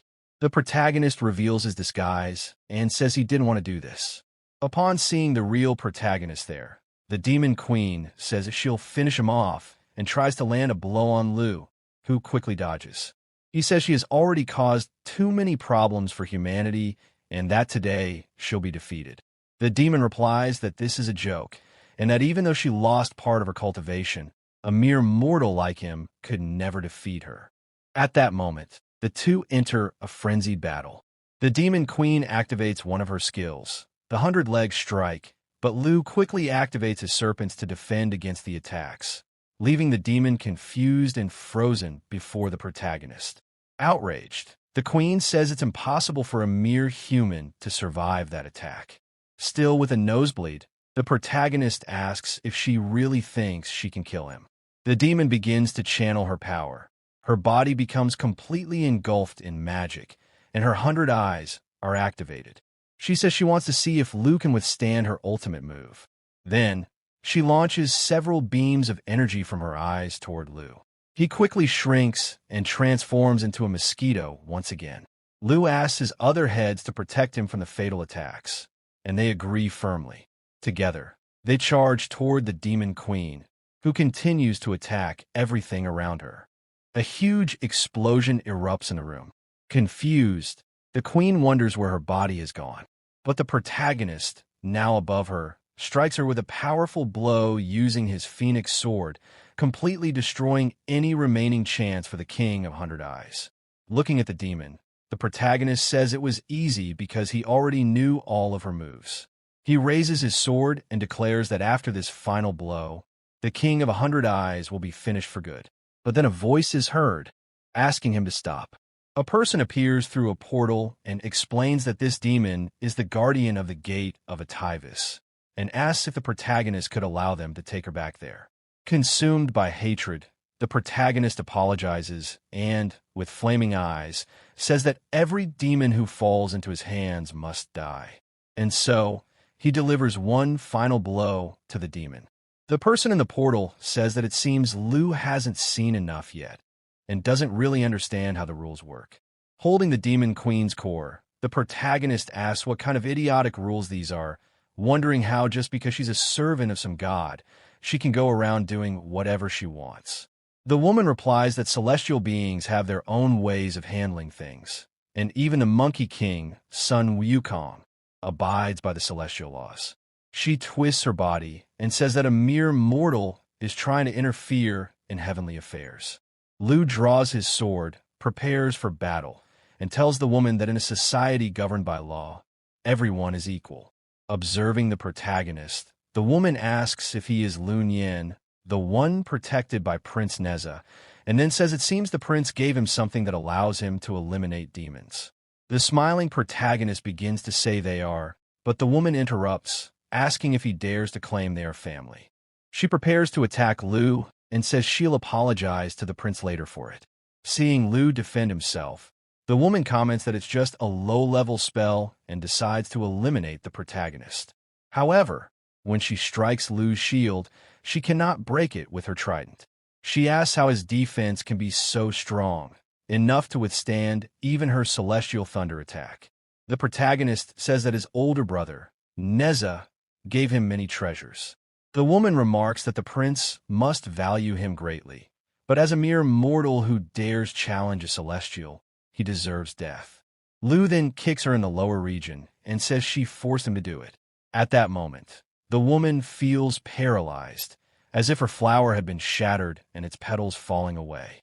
Staring at the protagonist, she declares that Liu truly deserves to be eliminated immediately. She raises one hand and summons the gourd of celestial thunder. The protagonist grows anxious, wondering if his outfit will withstand the attack. Meanwhile, the woman looks at him confidently.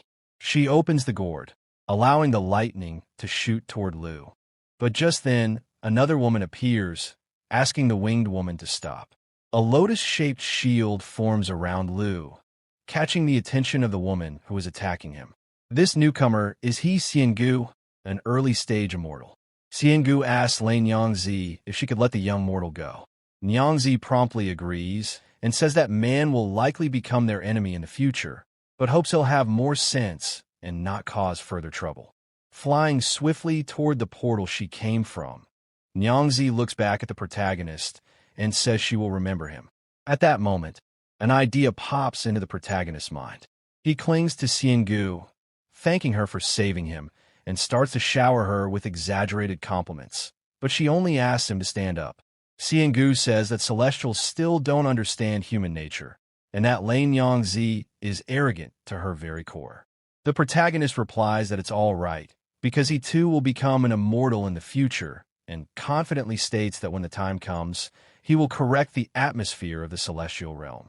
Liu then imagines what he'll do about Nyangzi when that time comes. Shu runs to Xiangu and says she thought she would never see her ancestor again. Xiangu hugs her and says she never imagined that this celestial hunt would cause Shu so much pain. Crying, Shu tries to explain that the protagonist saved her by defeating the 100-eyed demon. Smiling, Xiangu understands that the protagonist was the one who rescued her descendant. She looks at him and says that if he had the courage to face the 100-eyed demon king to save Shu, then he must truly be in love with her. Realizing the situation, the protagonist sees that Xiangu misunderstood everything, but decides to go along with it. It's not so bad to have one more ally. Xiangu then says that from now on, the protagonist is their family's son-in-law, and that if he ever needs anything, she will be at his service. Embarrassed, the protagonist tries to respond, but is interrupted by a man standing beside Mai Jao. shouting that he opposes the marriage. The man says he heard from his junior that Shu was in danger, trapped in that cave, and so he rushed over to save her. He asks if Shu is all right. Xiangu replies that Minister Xing is very kind and confirms Shu is fine, but then asks why he objects to the marriage. Minister Xing says Mai Jiao also likes Liu Nian and that the two are even quite close. Staring at the protagonist, Xiangu says she thought he was more sentimental, but the protagonist, startled, says he didn't do anything wrong. The two then look at him and ask whom he will choose, he Shu or Su Mai Jiao. Shu stepped in front of the protagonist, saying she was willing to share Liu Nian with her sister Mai Jiao, and asked that he not be forced to make choice. Mai Jiao agreed, saying she was also open to that, since the protagonist's ability in dual cultivation was very powerful, and she wasn't sure she could handle alone. The two elders looked at the girls, confused. Xiangu turned and said she would no longer interfere in the affairs of the young. Minister Xing commented that there were two ladies wanting to serve their husband. He really was one lucky dog. At that moment, the protagonist thought to himself that there were 6 more besides those two.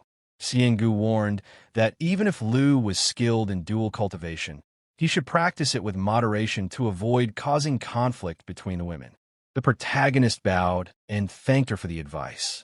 Minister Xing looked at him and said he reminded him of someone, a famous Star Lord named Dxian. The protagonist asked if that wasn't the tyrannical King Zhou of Shang. The minister replied that that's what human history books say, but the truth is much more complex, and he would tell another time. He added that after Dxian's death, he was named a celestial king, and that he had been one of the minister's few friends. At that moment, the minister recalled fond memories of his old friend. Seeing the expression on his face, Xiangu called him a foolish old man for acting like that in front of the younger ones. The minister said that if Dxian hadn't broken the rules, he would have loved to introduce him to Liu. He added that he would check if his friend had left behind any techniques, and if he had, he would inform Liu. The protagonist thanked the minister for such a great honor, thinking to himself that this might solve his problem of not receiving points for dual cultivation when not in Dxian form. The minister began saying his goodbyes, explaining he needed to resume his patrol. Xiangu told the protagonist and the girls that they could return using the airship. She then took a small object in her hand and explained that the flying vessel would take them back and could even defend against demon attacks. The protagonist accepted the item and thanked Xiangu for her care, but said he couldn't return yet. He needed to find his father, who was nearby. Minister Xing was intrigued to learn that the protagonist's father was also cultivating in that game. He pulled a hair from Liu's head and, using it, began to search for the protagonist's father.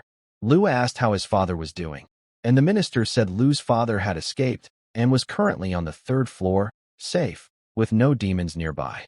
Relieved, Liu said he was glad his father was well, but at the moment, he couldn't go up to the 3rd floor. So he asked the minister and Xiangu to help him find his father. The minister said they would search for Liu's father immediately and that if they had any news, they would contact him. The girls hugged the protagonist and told him not to worry. Their ancestors would find his father. The minister and Xiangu then decided to depart. Mai Jiao and Shu took the opportunity to tell the protagonist that the guild battle was about to begin and that now would be a good time to cultivate. Meanwhile, at Gongbao's castle base, he had just received word that Liu had defeated another demon. Outraged, he thought that Neza must have given Liu some secret weapon that allowed him to subdue demons. He kept thinking that if his name weren't on that damned list of gods, he would personally destroy that mortal. But Gongbao stood up and said he could go to the leader of the Celestial Guild and ask him to deal with Liu Nian. Recalling what had happened, Gongbao said the leader would be very pleased to hear that. Meanwhile, somewhere in the void, a person was kneeling and sealed in place. A voice echoed through the space, saying that disciple Zia had suffered greatly. The man bound there was Jiang Zia. The voice continued, stating that the master had foreseen the invasion of the demon world and the fall of the 3 realms.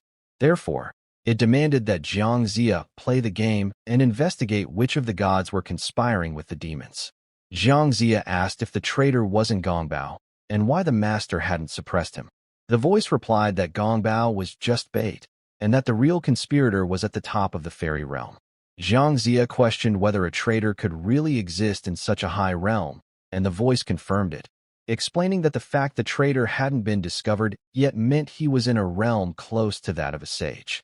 The voice asked Jiang to inspect Gongbao's devices and also investigate the people on the list. Furthermore, it warned that it wouldn't be able to protect him if something happened, so in case of danger, Jiang should summon the master to be protected.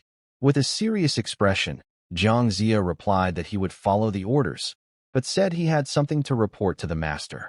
He revealed that all the monsters Gongbao had helped smuggle were killed one by a mortal named Liu Nian. The voice responded that many mortals are talented at slaying monsters, but that it would send someone to verify his origins. If found pure, Liu would be allowed in and trained.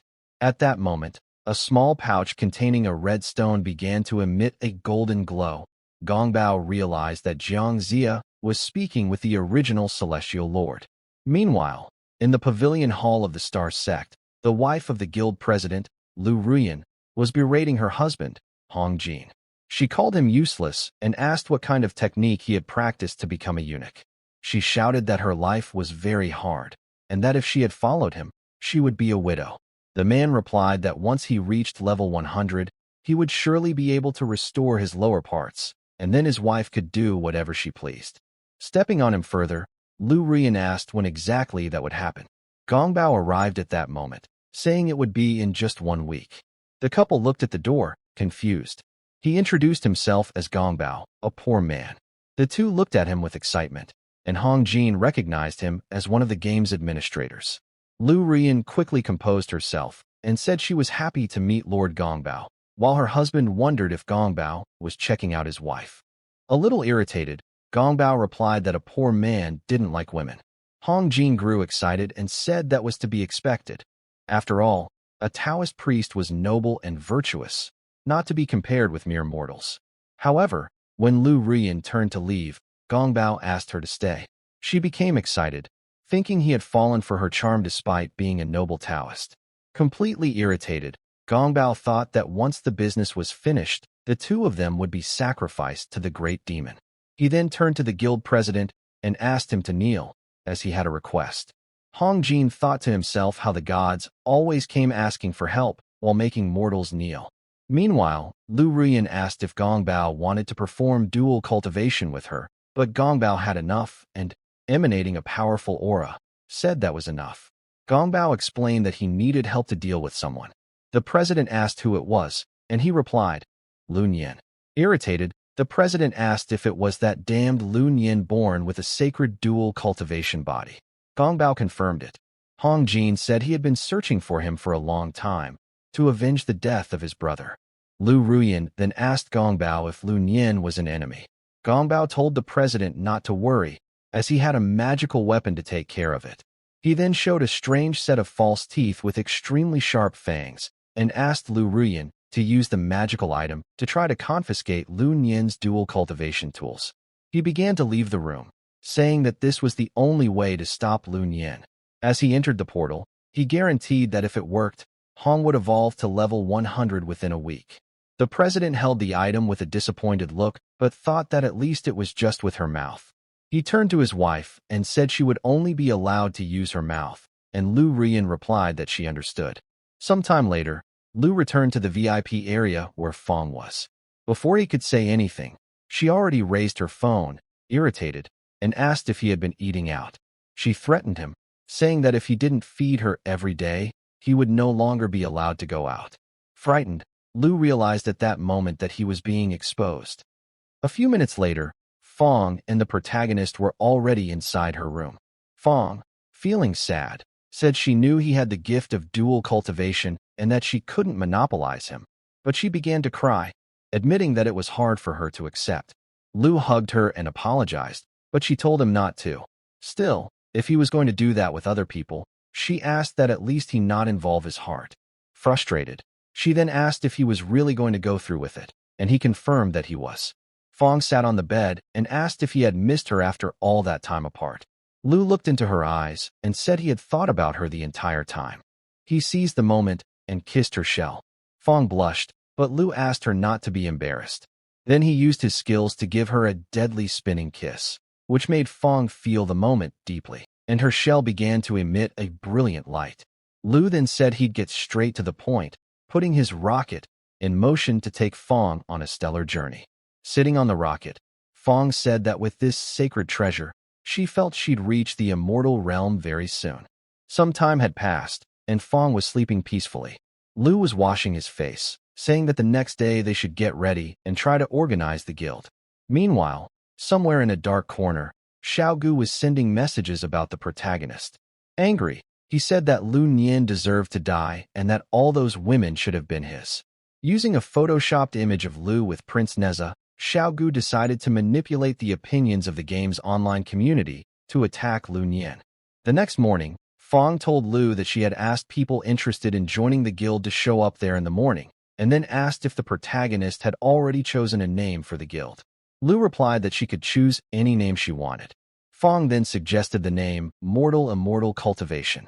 Liu agreed and said it was a good name, since they were mortals, born in this world, practicing Taoism every day without a moment of rest. As they left Fong's house, they came across only 3 people outside: Maijao, Chu, and Bao Mei. Confused, Liu asked why there were only 3 people there. Fong, looking at the guild's group chat, questioned why so many had left. Bao Mei raised her phone and said people were trying to slander the master, spreading rumors online that he was draining people's energy in order to kill monsters. The protagonist took the phone to see what it was about, and an AI-generated image appeared showing him with a girl, along with a message that read, "Those who steal people's essence are demons." At that moment, the traitor arrived at the scene, shouting, "It's him." She pointed at the protagonist and said that Liu had deceived her, claiming he would help her exorcise demons, but in the end, he attacked her. She made up a story that Liu told her body was too impure and needed to be purified, and then asked her to take off her clothes quickly. Helpless in bed, she asked how he planned to do that, and Liu, with a sinister look, told her he would give her a bit of fairy energy. Back in the present, Chao told the protagonist that he was a monster, claiming he forced his girlfriend to date him for 3 years, and that in the end, she was the one supporting Liu Nian financially. Shamelessly, Chao said that on the day he was celebrating their 3rd anniversary, Liu was in a car with Bichi, doing things right in front of him. Chao began describing the same scene from the beginning of the story, but now with Liu in his place, only in a much more ridiculous way. The people around that cursed couple began to judge the protagonist. The girls nearby also started saying that Liu was sucking people's essence, and that he would do the same to anyone who joined the guild. Fong defended Liu, saying he wasn't that kind of person, and that those people on the internet were lying. Xiaogu, in disguise, said that those girls had big breasts and small brains, and had been fooled by Liu Nian. He kept stirring up the crowd, and everyone began shouting for Liu to leave the VIP area.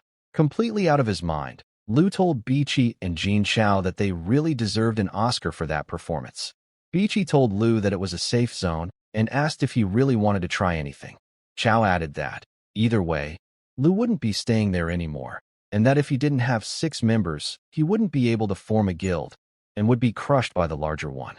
But at that moment, Liu Rian arrived and said she would be the 6th member of the protagonist's guild. Fong pointed at Liu Rian and asked who she was.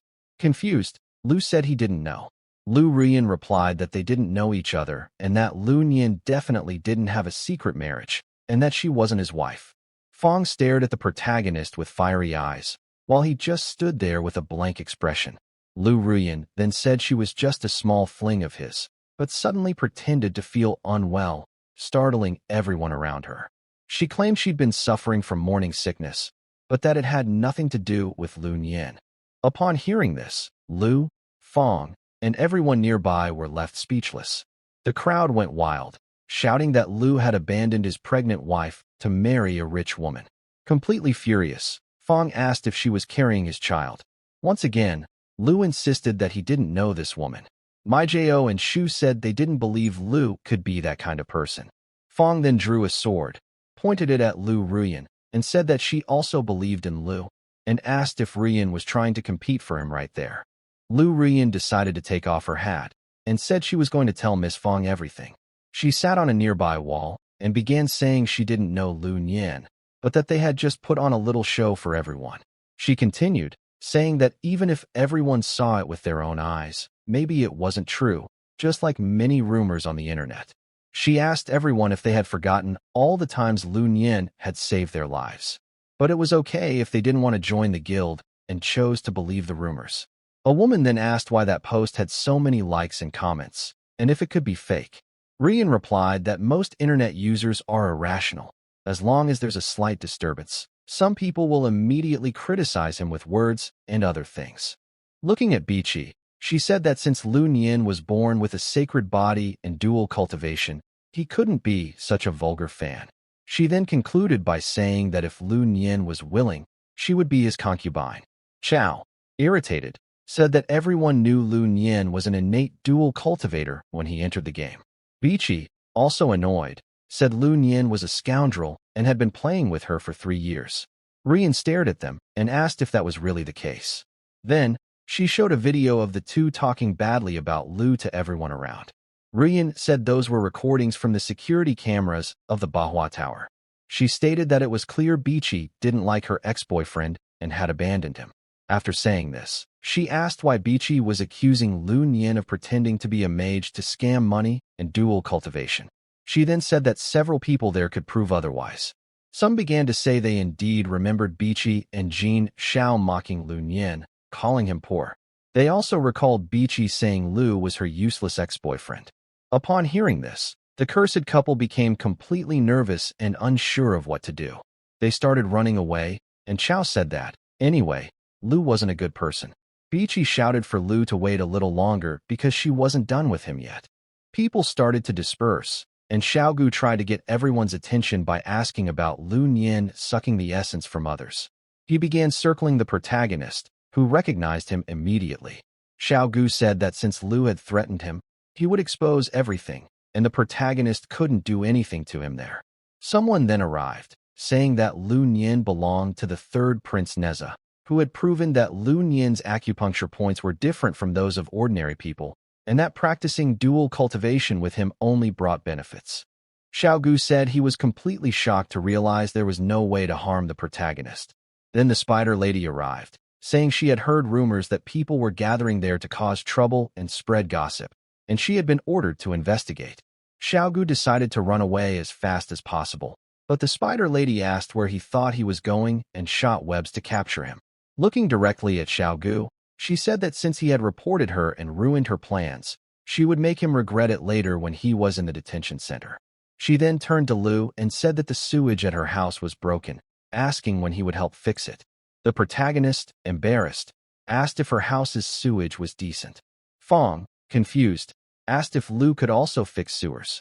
Embarrassed, he replied that he knew how to do one thing or another. Fong then thanked the spider lady for arriving just in time to help solve the crisis. The spider lady said she had a few more things to do and couldn't stay any longer. Dragging Xiaogu to prison, the spider lady thought Fong was so naive she couldn't stand being there anymore. Fong turned to Rian and thanked her as well. Rian said it was nothing and that it should be done, but then she lunged at the protagonist, saying she had wanted to be by his side for a long time. That's it for today's episode. Make sure to subscribe and hit the bell so you never miss a chapter. See you in the next one.